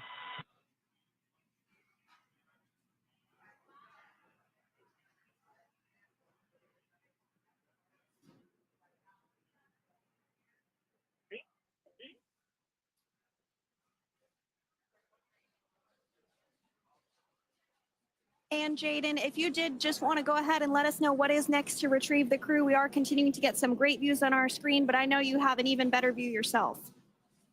Oh, yeah, Sandra, this view is absolutely unbeatable. So just to kind of finish off what I was saying is once that side hatch of the spacecraft is open, that crew will be assisted out of the capsule one by one from NASA and SpaceX medical personnel, where they will then head to the med bay. And after those medical checks, they will get on that first helicopter out and arrive at the airport, where they will then board a NASA plane and then head back to Houston, Texas at the Johnson Space Center to begin their post-flight period. And we're eager to see the Crew 9 astronauts back on Earth, and we'll keep you updated on every moment of this process. With that, I'll toss it back over to you guys in Hawthorne. Thank you so much. That was Jaden Jennings, NASA Public Affairs Officer, who watched Freedom splash down firsthand from the recovery vessel. Megan, thanks so much, Jaden. So we are continuing to get these great views on our screen here of Freedom. As we mentioned, it splashed down at 2:57 p.m. Pacific time off the coast of Tallahassee, Florida. The recovery personnel are continuing to step through procedures to hoist Dragon onto the recovery vessel Megan there, which is now coming into view. You can see just how close Megan is at this point. And that's that helicopter pad that Jaden was just discussing, where the crew will fly off of onto the coast of Florida, and then eventually they'll fly back to Houston. Just underneath that helicopter pad is that translation deck where we will see the nest once it is loaded up with the Dragon spacecraft on board. The nest will be translated to the forward end. Our Crew 9 team members will egress from the Dragon spacecraft. Now, here on your screen, we can see dolphins, actually, who want to come and play with Dragon. Now, one of the fast boats there in place, working to assist the recovery team member. It's incredible. I just love these views. We really see them even better in daytime, but just seeing the recovery team work in tandem to step through each step, to step through each operation. Obviously they're getting quick assists from the honorary part of the recovery team, those dolphins in the water there. Now, the recovery team member that is crawling around the Dragon spacecraft. Earlier, we saw a view where it was like a spider monkey pose. We can see that individual now standing in the bucket where the main parachutes were stored while Dragon was on orbit. Obviously, those main parachutes were utilized for splashdown today. They were deployed and cut from the Dragon capsule. And one of the fast boats, one of the other fast boats of the recovery team, working to pull those out of the water. Now, the recovery team member that is there working on top of the Dragon capsule. Earlier, we saw that person performing safety checks. Now we can see some harnessing being placed around the capsule. This harnessing is what will be used to lift the Dragon capsule out of the water and onto the recovery vessel. Wow, we got a cute little pod of dolphins. It wasn't just one or two. I mean, that water just looks beautiful. We had ideal splashdown parameters today. Obviously, wave height, ne'er a concern. The weather is beautiful, as Jaden mentioned, in the 60s, sunny.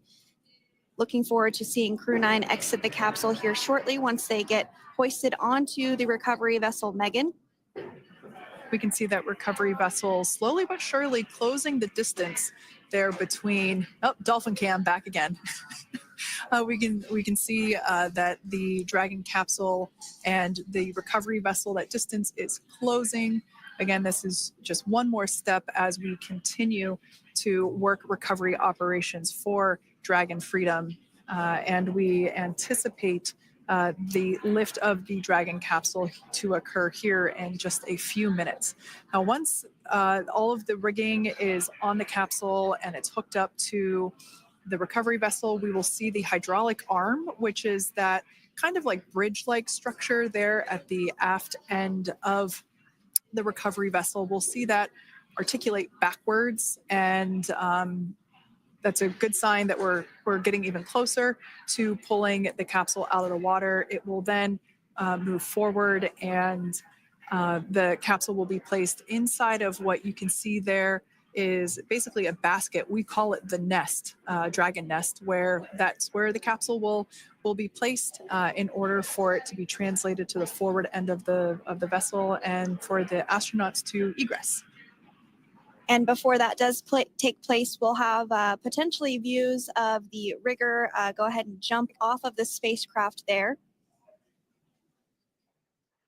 That typically occurs when the spacecraft is a little bit closer to the recovery vessel, and we usually get a really good view of that particular operation from one of the onboard cameras from the recovery vessel.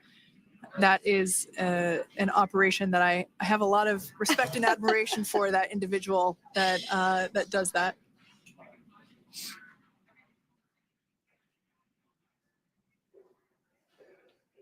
So again, Dragon continuing to get closer and closer to the recovery vessel Megan. You see some of those ropes now coming into view as well. If you are just joining us, Crew 9 splashed down off the coast of Tallahassee, Florida at 2:57 p.m. Pacific time with NASA astronauts Nick Hague, Butch Wilmore, Sunny Williams, and Roscosmos cosmonaut Alexander Gorbanov. They're now working through procedures to hoist this spacecraft up onto the recovery vessel Megan. We just saw that hydraulic arm get lowered into the lifting position. That arm will be the mechanism that is utilized to lift Dragon up and out of the water and into the nest located there at the aft end of the recovery vessel. And the recovery vessel being used today is, as we mentioned multiple times, is named Megan, but that's actually after NASA astronaut Megan McArthur, who flew on Crew 2 a couple of years ago.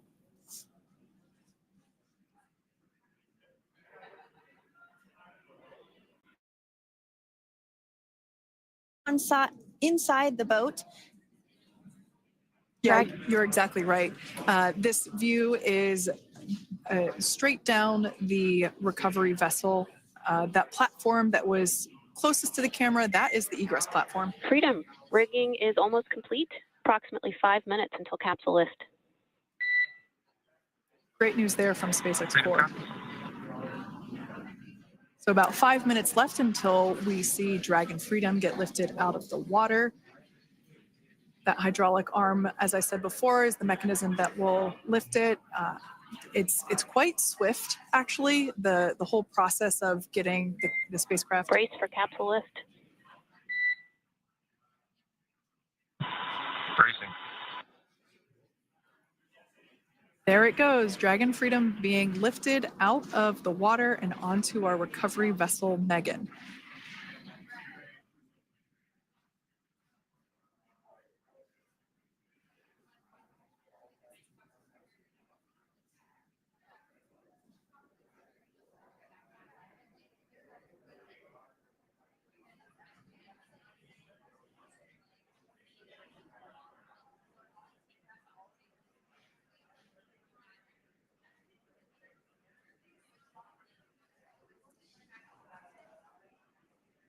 So once securely on, Welcome aboard the recovery vessel.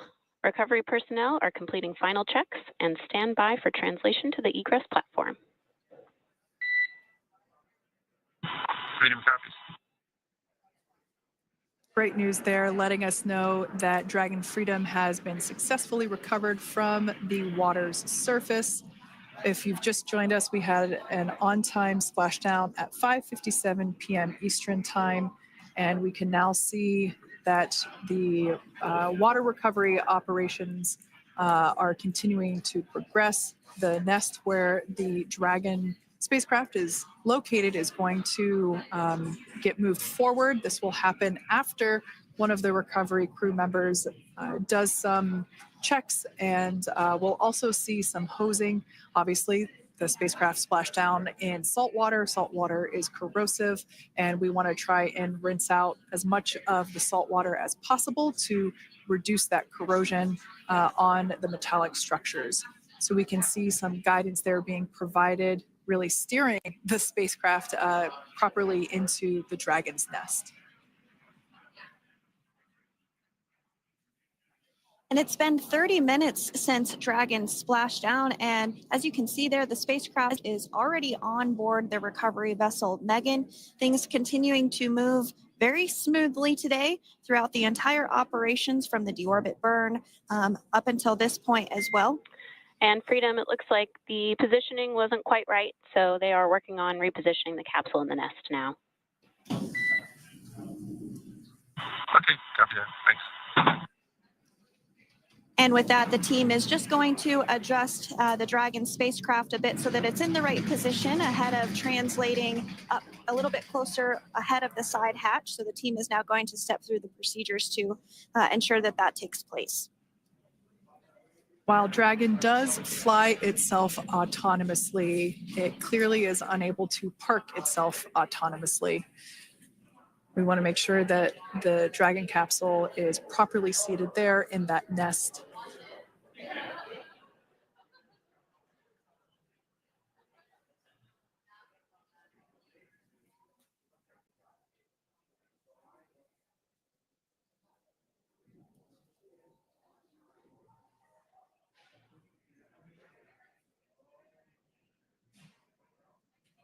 Once Dragon is fully seated in the nest, we'll probably see a bunch of that salt water come out from the bucket there located underneath the side hatch.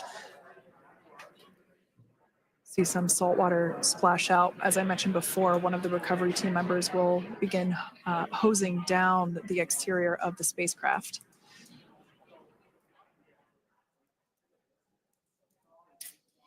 So you are continuing to get some great live views on your screen of Crew 9, which includes NASA astronauts Nick Hague, Sunny Williams, Butch Wilmore, and Roscosmos cosmonaut Alexander Gorbanov, who splashed down off the coast of Tallahassee, Florida, 2:57 p.m. Pacific time this afternoon. Now working to get that spacecraft situated in the nest. Just making some final adjustments and tweaks to ensure that it's nice and secure.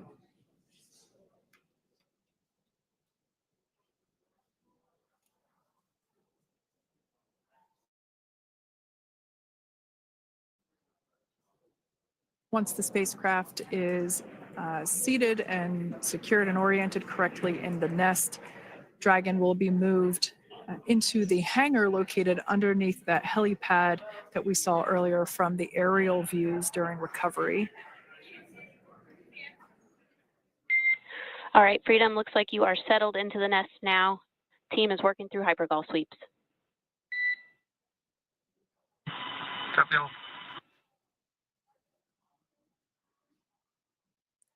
Call out there telling us that the recovery team is doing the second round of those hypergolic sweeps. This helps ensure that everyone, all the recovery team members that are located basically right where this camera is located on, towards the forward end of the recovery vessel, that they will all be safe once the spacecraft is translated forward. So we're just doing some additional steps to make sure that the hypergolic propellant that is utilized for maneuvering the Dragon capsule while on orbit, making sure that none of those vapors are still present on the exterior of the capsule.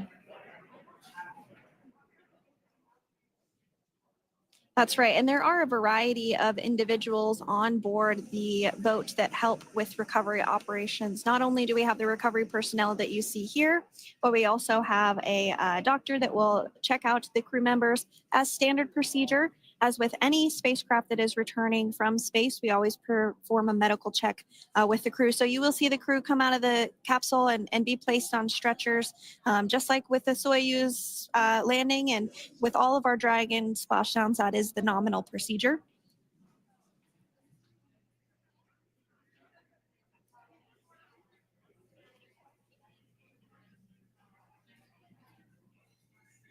We'll stand by to see Dragon Freedom translate or scooch up a little bit closer to the camera angle that we're seeing right here. And then teams will step through procedures to get that side hatch opened. You see it right in the dead of center of your screen there. It's kind of that rectangular shape. It has not been opened since the since Crew 9, which include Nick Hague and Alexander Gorbanov, launched back in September from the Kennedy Space Center in Florida. So that will be the very first time that that hatch is opened. Once docked to the International Space Station, crew enter through the top hatch, which was where the nose cone is now closed. That's the hatch that they actually utilize to go ahead and get inside the International Space Station.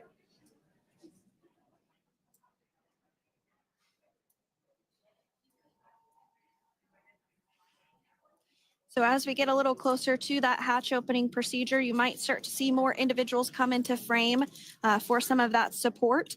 The ship has a maximum capacity of a little over 40 people on board, and it takes a variety of different roles, as we've discussed, to support. Also on board is the chief of the astronaut office for NASA, that's Joe Acaba.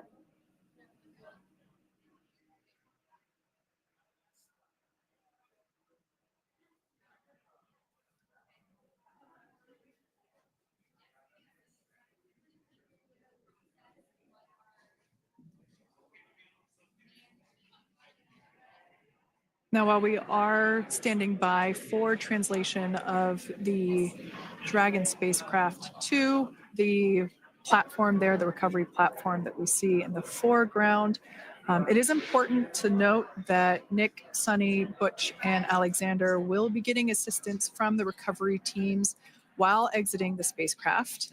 This is the same process for any returning long-duration crew members. As you could imagine, returning to a gravity environment can wreak havoc on our vestibular system, which is responsible for maintaining balance and motion. Of course, safety is our number one priority with this operation, so we'll see the crew members helped out of the spacecraft one by one, and they will be assisted the few feet to the medical quarters aboard the boat. And on board Dragon are three veteran space flyers. That includes Nick Hague, the commander, as well as Butch Wilmore and Sunny Williams. Alexander Gorbanov is completing his very first space flight on this mission, and he completed 171 days in space along with Nick Hague.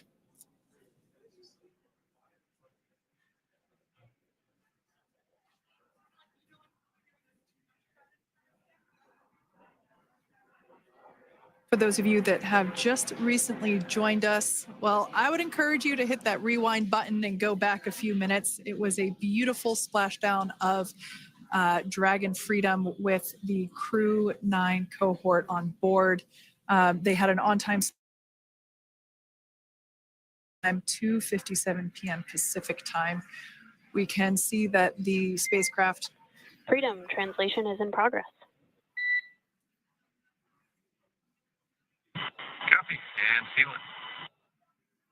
We can see that spacecraft was successfully recovered from the ocean surface and is now being washed with fresh water, as obviously they splash down in salt water. So we're trying to rinse off as much of that salt water as possible. And we can see the spacecraft continuing to move closer and closer to that recovery deck. Freedom, the crew is working on side hatch opening now. Expect hatch open in about 2 minutes. Okay, copy that. And Kira, just wanted to say that you guys, you and the team did an awesome job, both uphill and downhill. Just really, really impressed. Thank you. Thanks, Nick. It's been an honor. This is a pretty exciting moment coming up. We are working to open the side hatch. One thing that may not be obvious from, just looking at the spacecraft here is that this side hatch that we're about to open, the last time it was open was when this spacecraft was at the launch pad. This side hatch is what is used for initial capsule ingress and final capsule egress, but all comings and goings from the spacecraft while it is on board the space station are from the forward hatch, which is located at the top of the spacecraft under that nose cone. So this is a pretty exciting moment because it will be the crew's first breath of fresh air since boarding their ships at the start of their journeys last year. And the very first person that will have the opportunity to say hello to the crew once that hatch is open is a SpaceX medical recovery personnel representative. Then we'll see procedures take place to remove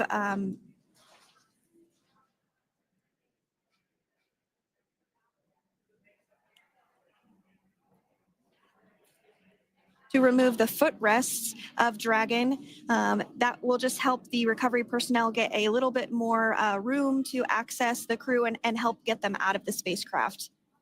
Yeah, you're absolutely right. Safety is, once again, top priority here, and removing those footrests from all 4 seats will be helpful as a SpaceX recovery team member will actually go into the capsule,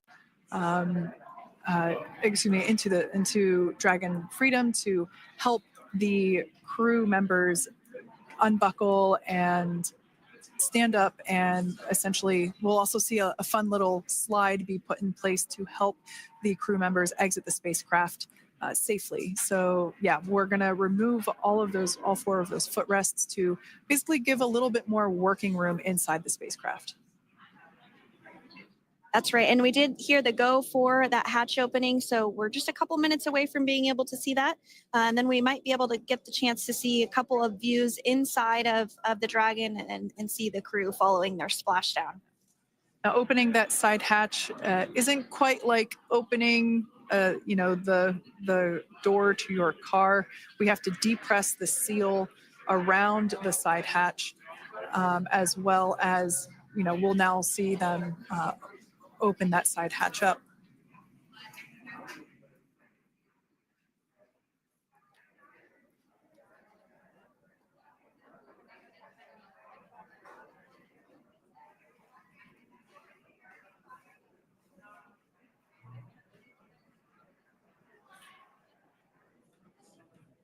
And there you have it. The side hatch is open for the first time since September.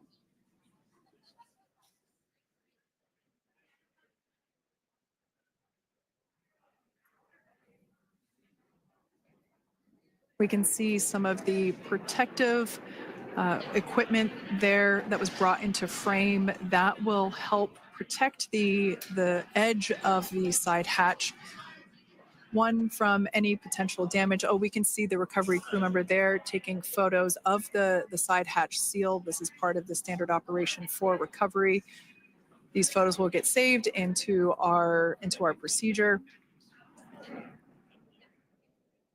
We'll then install that protective frame around the side hatch. This helps to ensure that the side hatch itself, the edges of it, incur no damage while crew members are coming out from the spacecraft.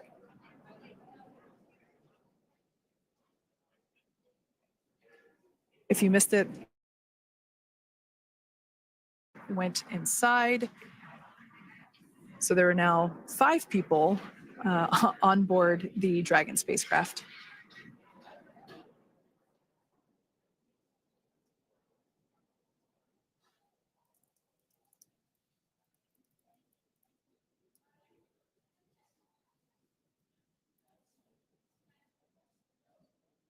And if you are just joining us, it has not yet even been an hour since Crew 9 splashed down off the coast of Tallahassee, Florida at 2:57 p.m. Pacific time. The crew is now on board the recovery vessel Megan, and the hatch is open. The next major milestone that we'll see is when the crew will actually egress or exit the spacecraft. But before that, they'll continue to, the recovery personnel rather, will continue to install that protective area around the hatch and then remove the footrests. So we're a couple minutes away from seeing the crew egress, but not too long away.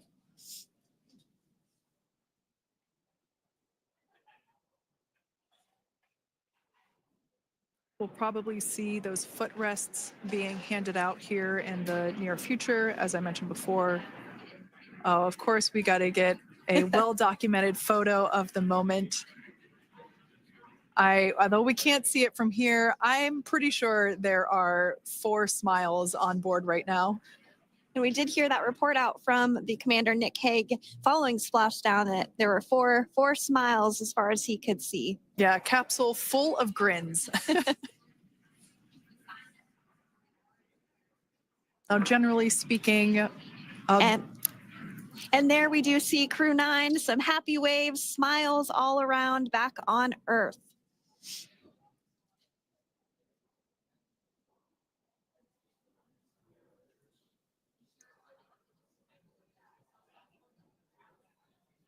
generally speaking, we have the individuals in the 2 center seats of the spacecraft exit first.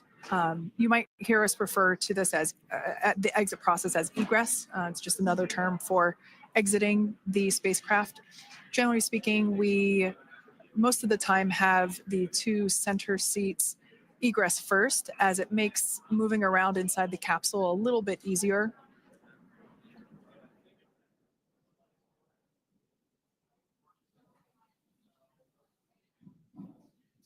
We can see the tablets that were previously located on the upper leg of the crew members. We can see those being handed out to the recovery team. Those were taken off prior to the entry phase, to spacecraft reentry. Those had to be stored and secured prior to dynamic operations.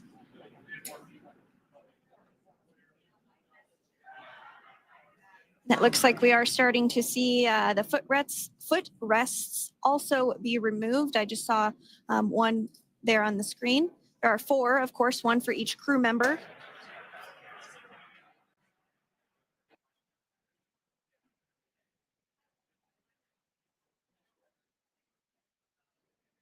Those footrests are made out of carbon fiber and are actually sized appropriately for each crew member, as everybody has different measurements and different leg lengths. Same goes for the armrests and the bucket length of each seat. We size those appropriately for the crew members and to ensure their comfort and safety.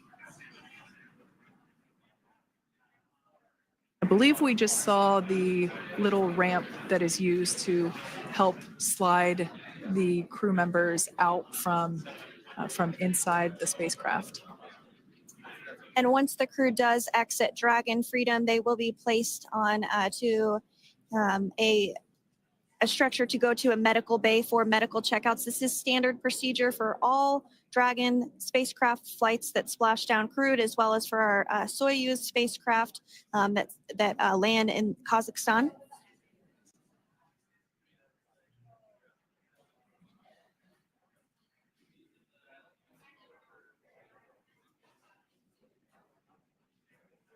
We could see the exterior of Dragon Freedom quite clearly in this shot, and it's such a beautiful sight. I personally prefer the capsule when it has some of that charring from atmospheric reentry. It is the signature sign of a capsule that has returned to Earth.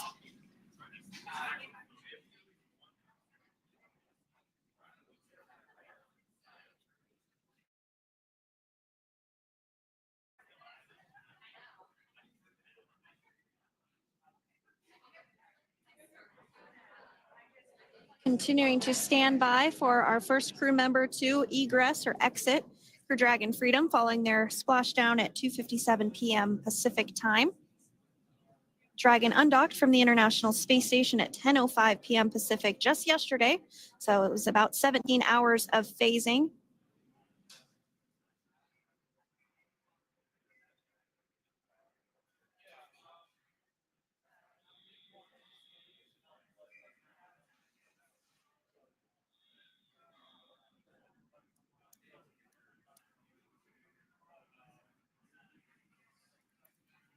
And while on board the International Space Station, Crew 9 contributed to 900 hours of science, over 150 research experiments and investigations, making great use of the microgravity lab of the International Space Station, which celebrates 25 years of continuous human presence this November.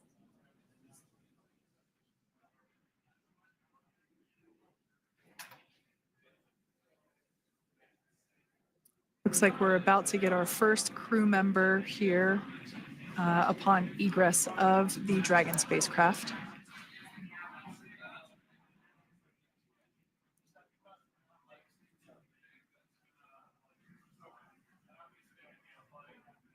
So we are standing by for that egress. Outside of Dragon, you do see one of those stretchers. This is the expected procedure as the crew will be taken to medical facilities following their exit from Dragon.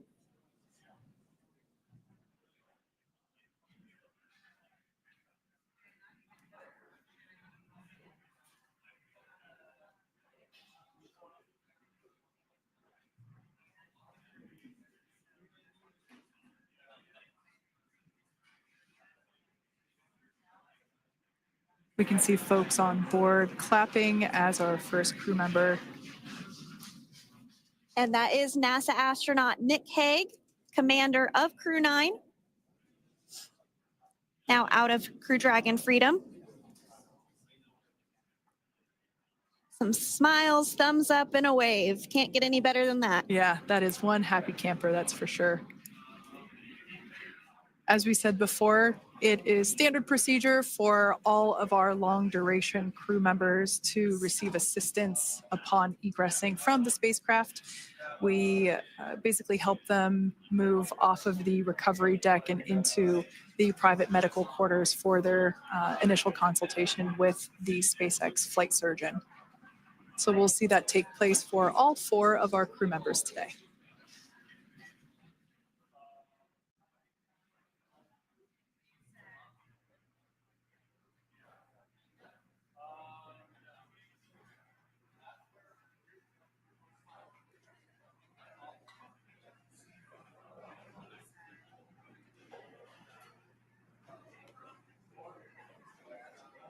And we are standing by for the next crew member to exit Freedom.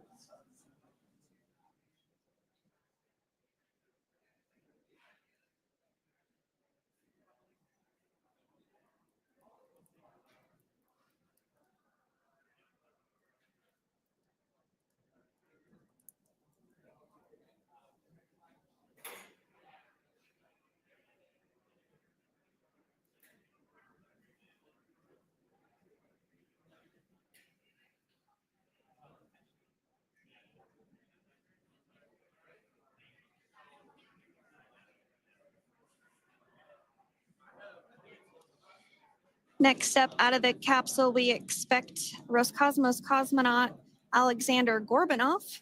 His first space flight. Spent 171 days in space alongside NASA astronaut Nick Hague. Looks like we're getting some cheers and clapping on board as Alexander is slid down the little ramp and placed into the mobility aid. Once again, big smile.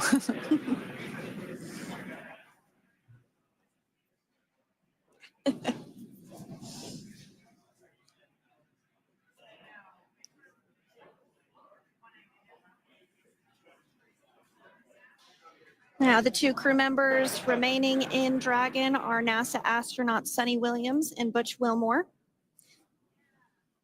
They completed 286 days in space. One of the remaining footrests being removed from the Dragon spacecraft.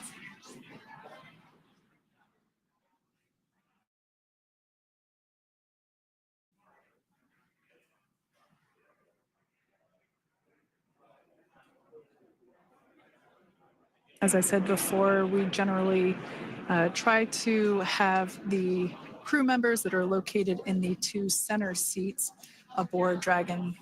And we like to have them egress first if possible, as it creates a little bit more movable working room inside the spacecraft. There is a recovery crew member inside that is helping all of our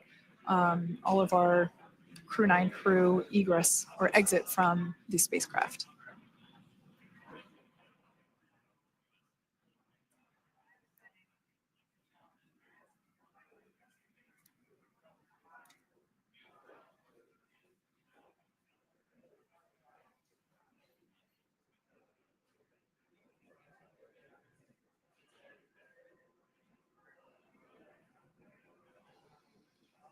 We are standing by for the next crew member to egress or exit Crew Dragon Freedom following the splashdown not even an hour ago at 2:57 p.m. Pacific time.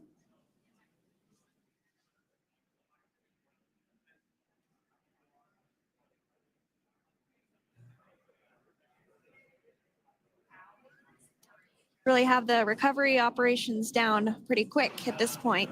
Yeah, it's pretty incredible to think that, just 5 years ago when we were doing the initial demonstration missions of the Dragon for Crew Dragon, that now we're under about 30 minutes for, to retrieve the spacecraft from the water, and just several minutes here while it's been on board, and to get everyone really to get that side hatch open.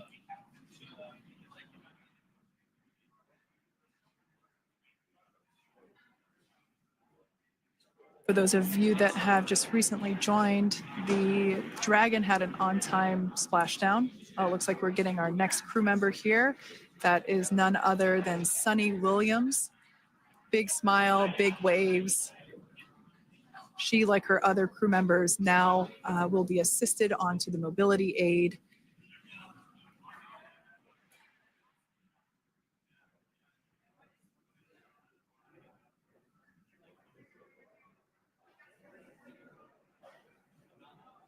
There we have it, some waves, some thumbs up, and some smiles.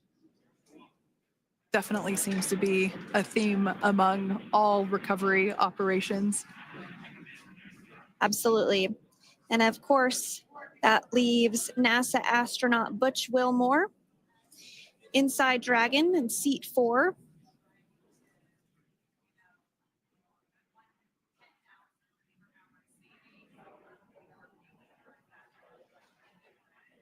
We're getting some views of him now as he egresses or exits the spacecraft.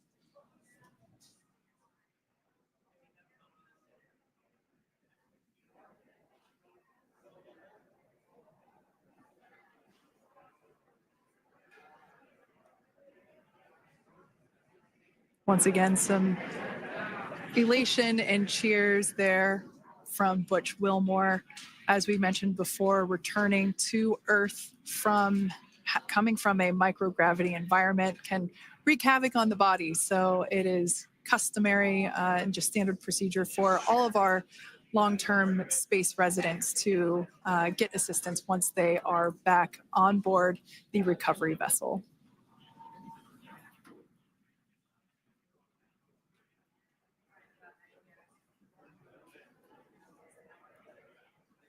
Well, now that Nick, Butch, Sunny, and Alexander are safely back home on Earth and getting checked out by the NASA medical team, we're going to wrap up our live coverage of their return. The Crew 9 mission began a little differently than usual since Butch Wilmore and Sunny Williams were already aboard the space station when Nick Hague and Alexander Gorbanoff arrived on the Crew 9 spacecraft in September.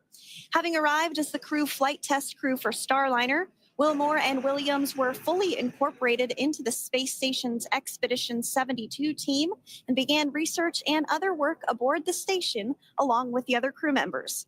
Williams commanded the orbiting laboratory for much of the expedition. After a successful liftoff and separation from Falcon 9, Nick and Alexander made a short flight on board Dragon to the International Space Station. Veterans of long-duration space station missions, both Williams and Wilmore conducted spacewalks during their 9 months in space. Like all crews on the station, Crew 9 had the ability to leave at any point had there been an emergency. With their full duration mission coming to an end, the crew began packing up their personal items for their return to Earth about a week ago. Crew 10 teams as they arrived a few days ago. Their journey home began about 17 hours ago when they closed the forward hatch to Dragon and undocked from the space station at 10:05 p.m. Pacific, 1:05 a.m. Eastern. After 4 successful departure burns and a phasing burn to line up their orbit, Nick, Butch, Sunny, and Alexander rested for a few hours before waking up to prepare for re-entry this morning.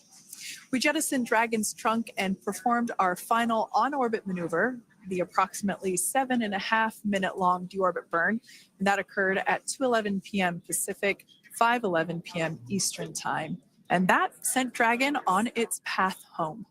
The spacecraft re-entered the Earth's atmosphere and slowed its descent with successful deployments of 2 drogue parachutes and 4 main parachutes, with the final splashdown occurring off the coast of Tallahassee, Florida at 2:57 p.m. Pacific, 5:57 p.m. Eastern.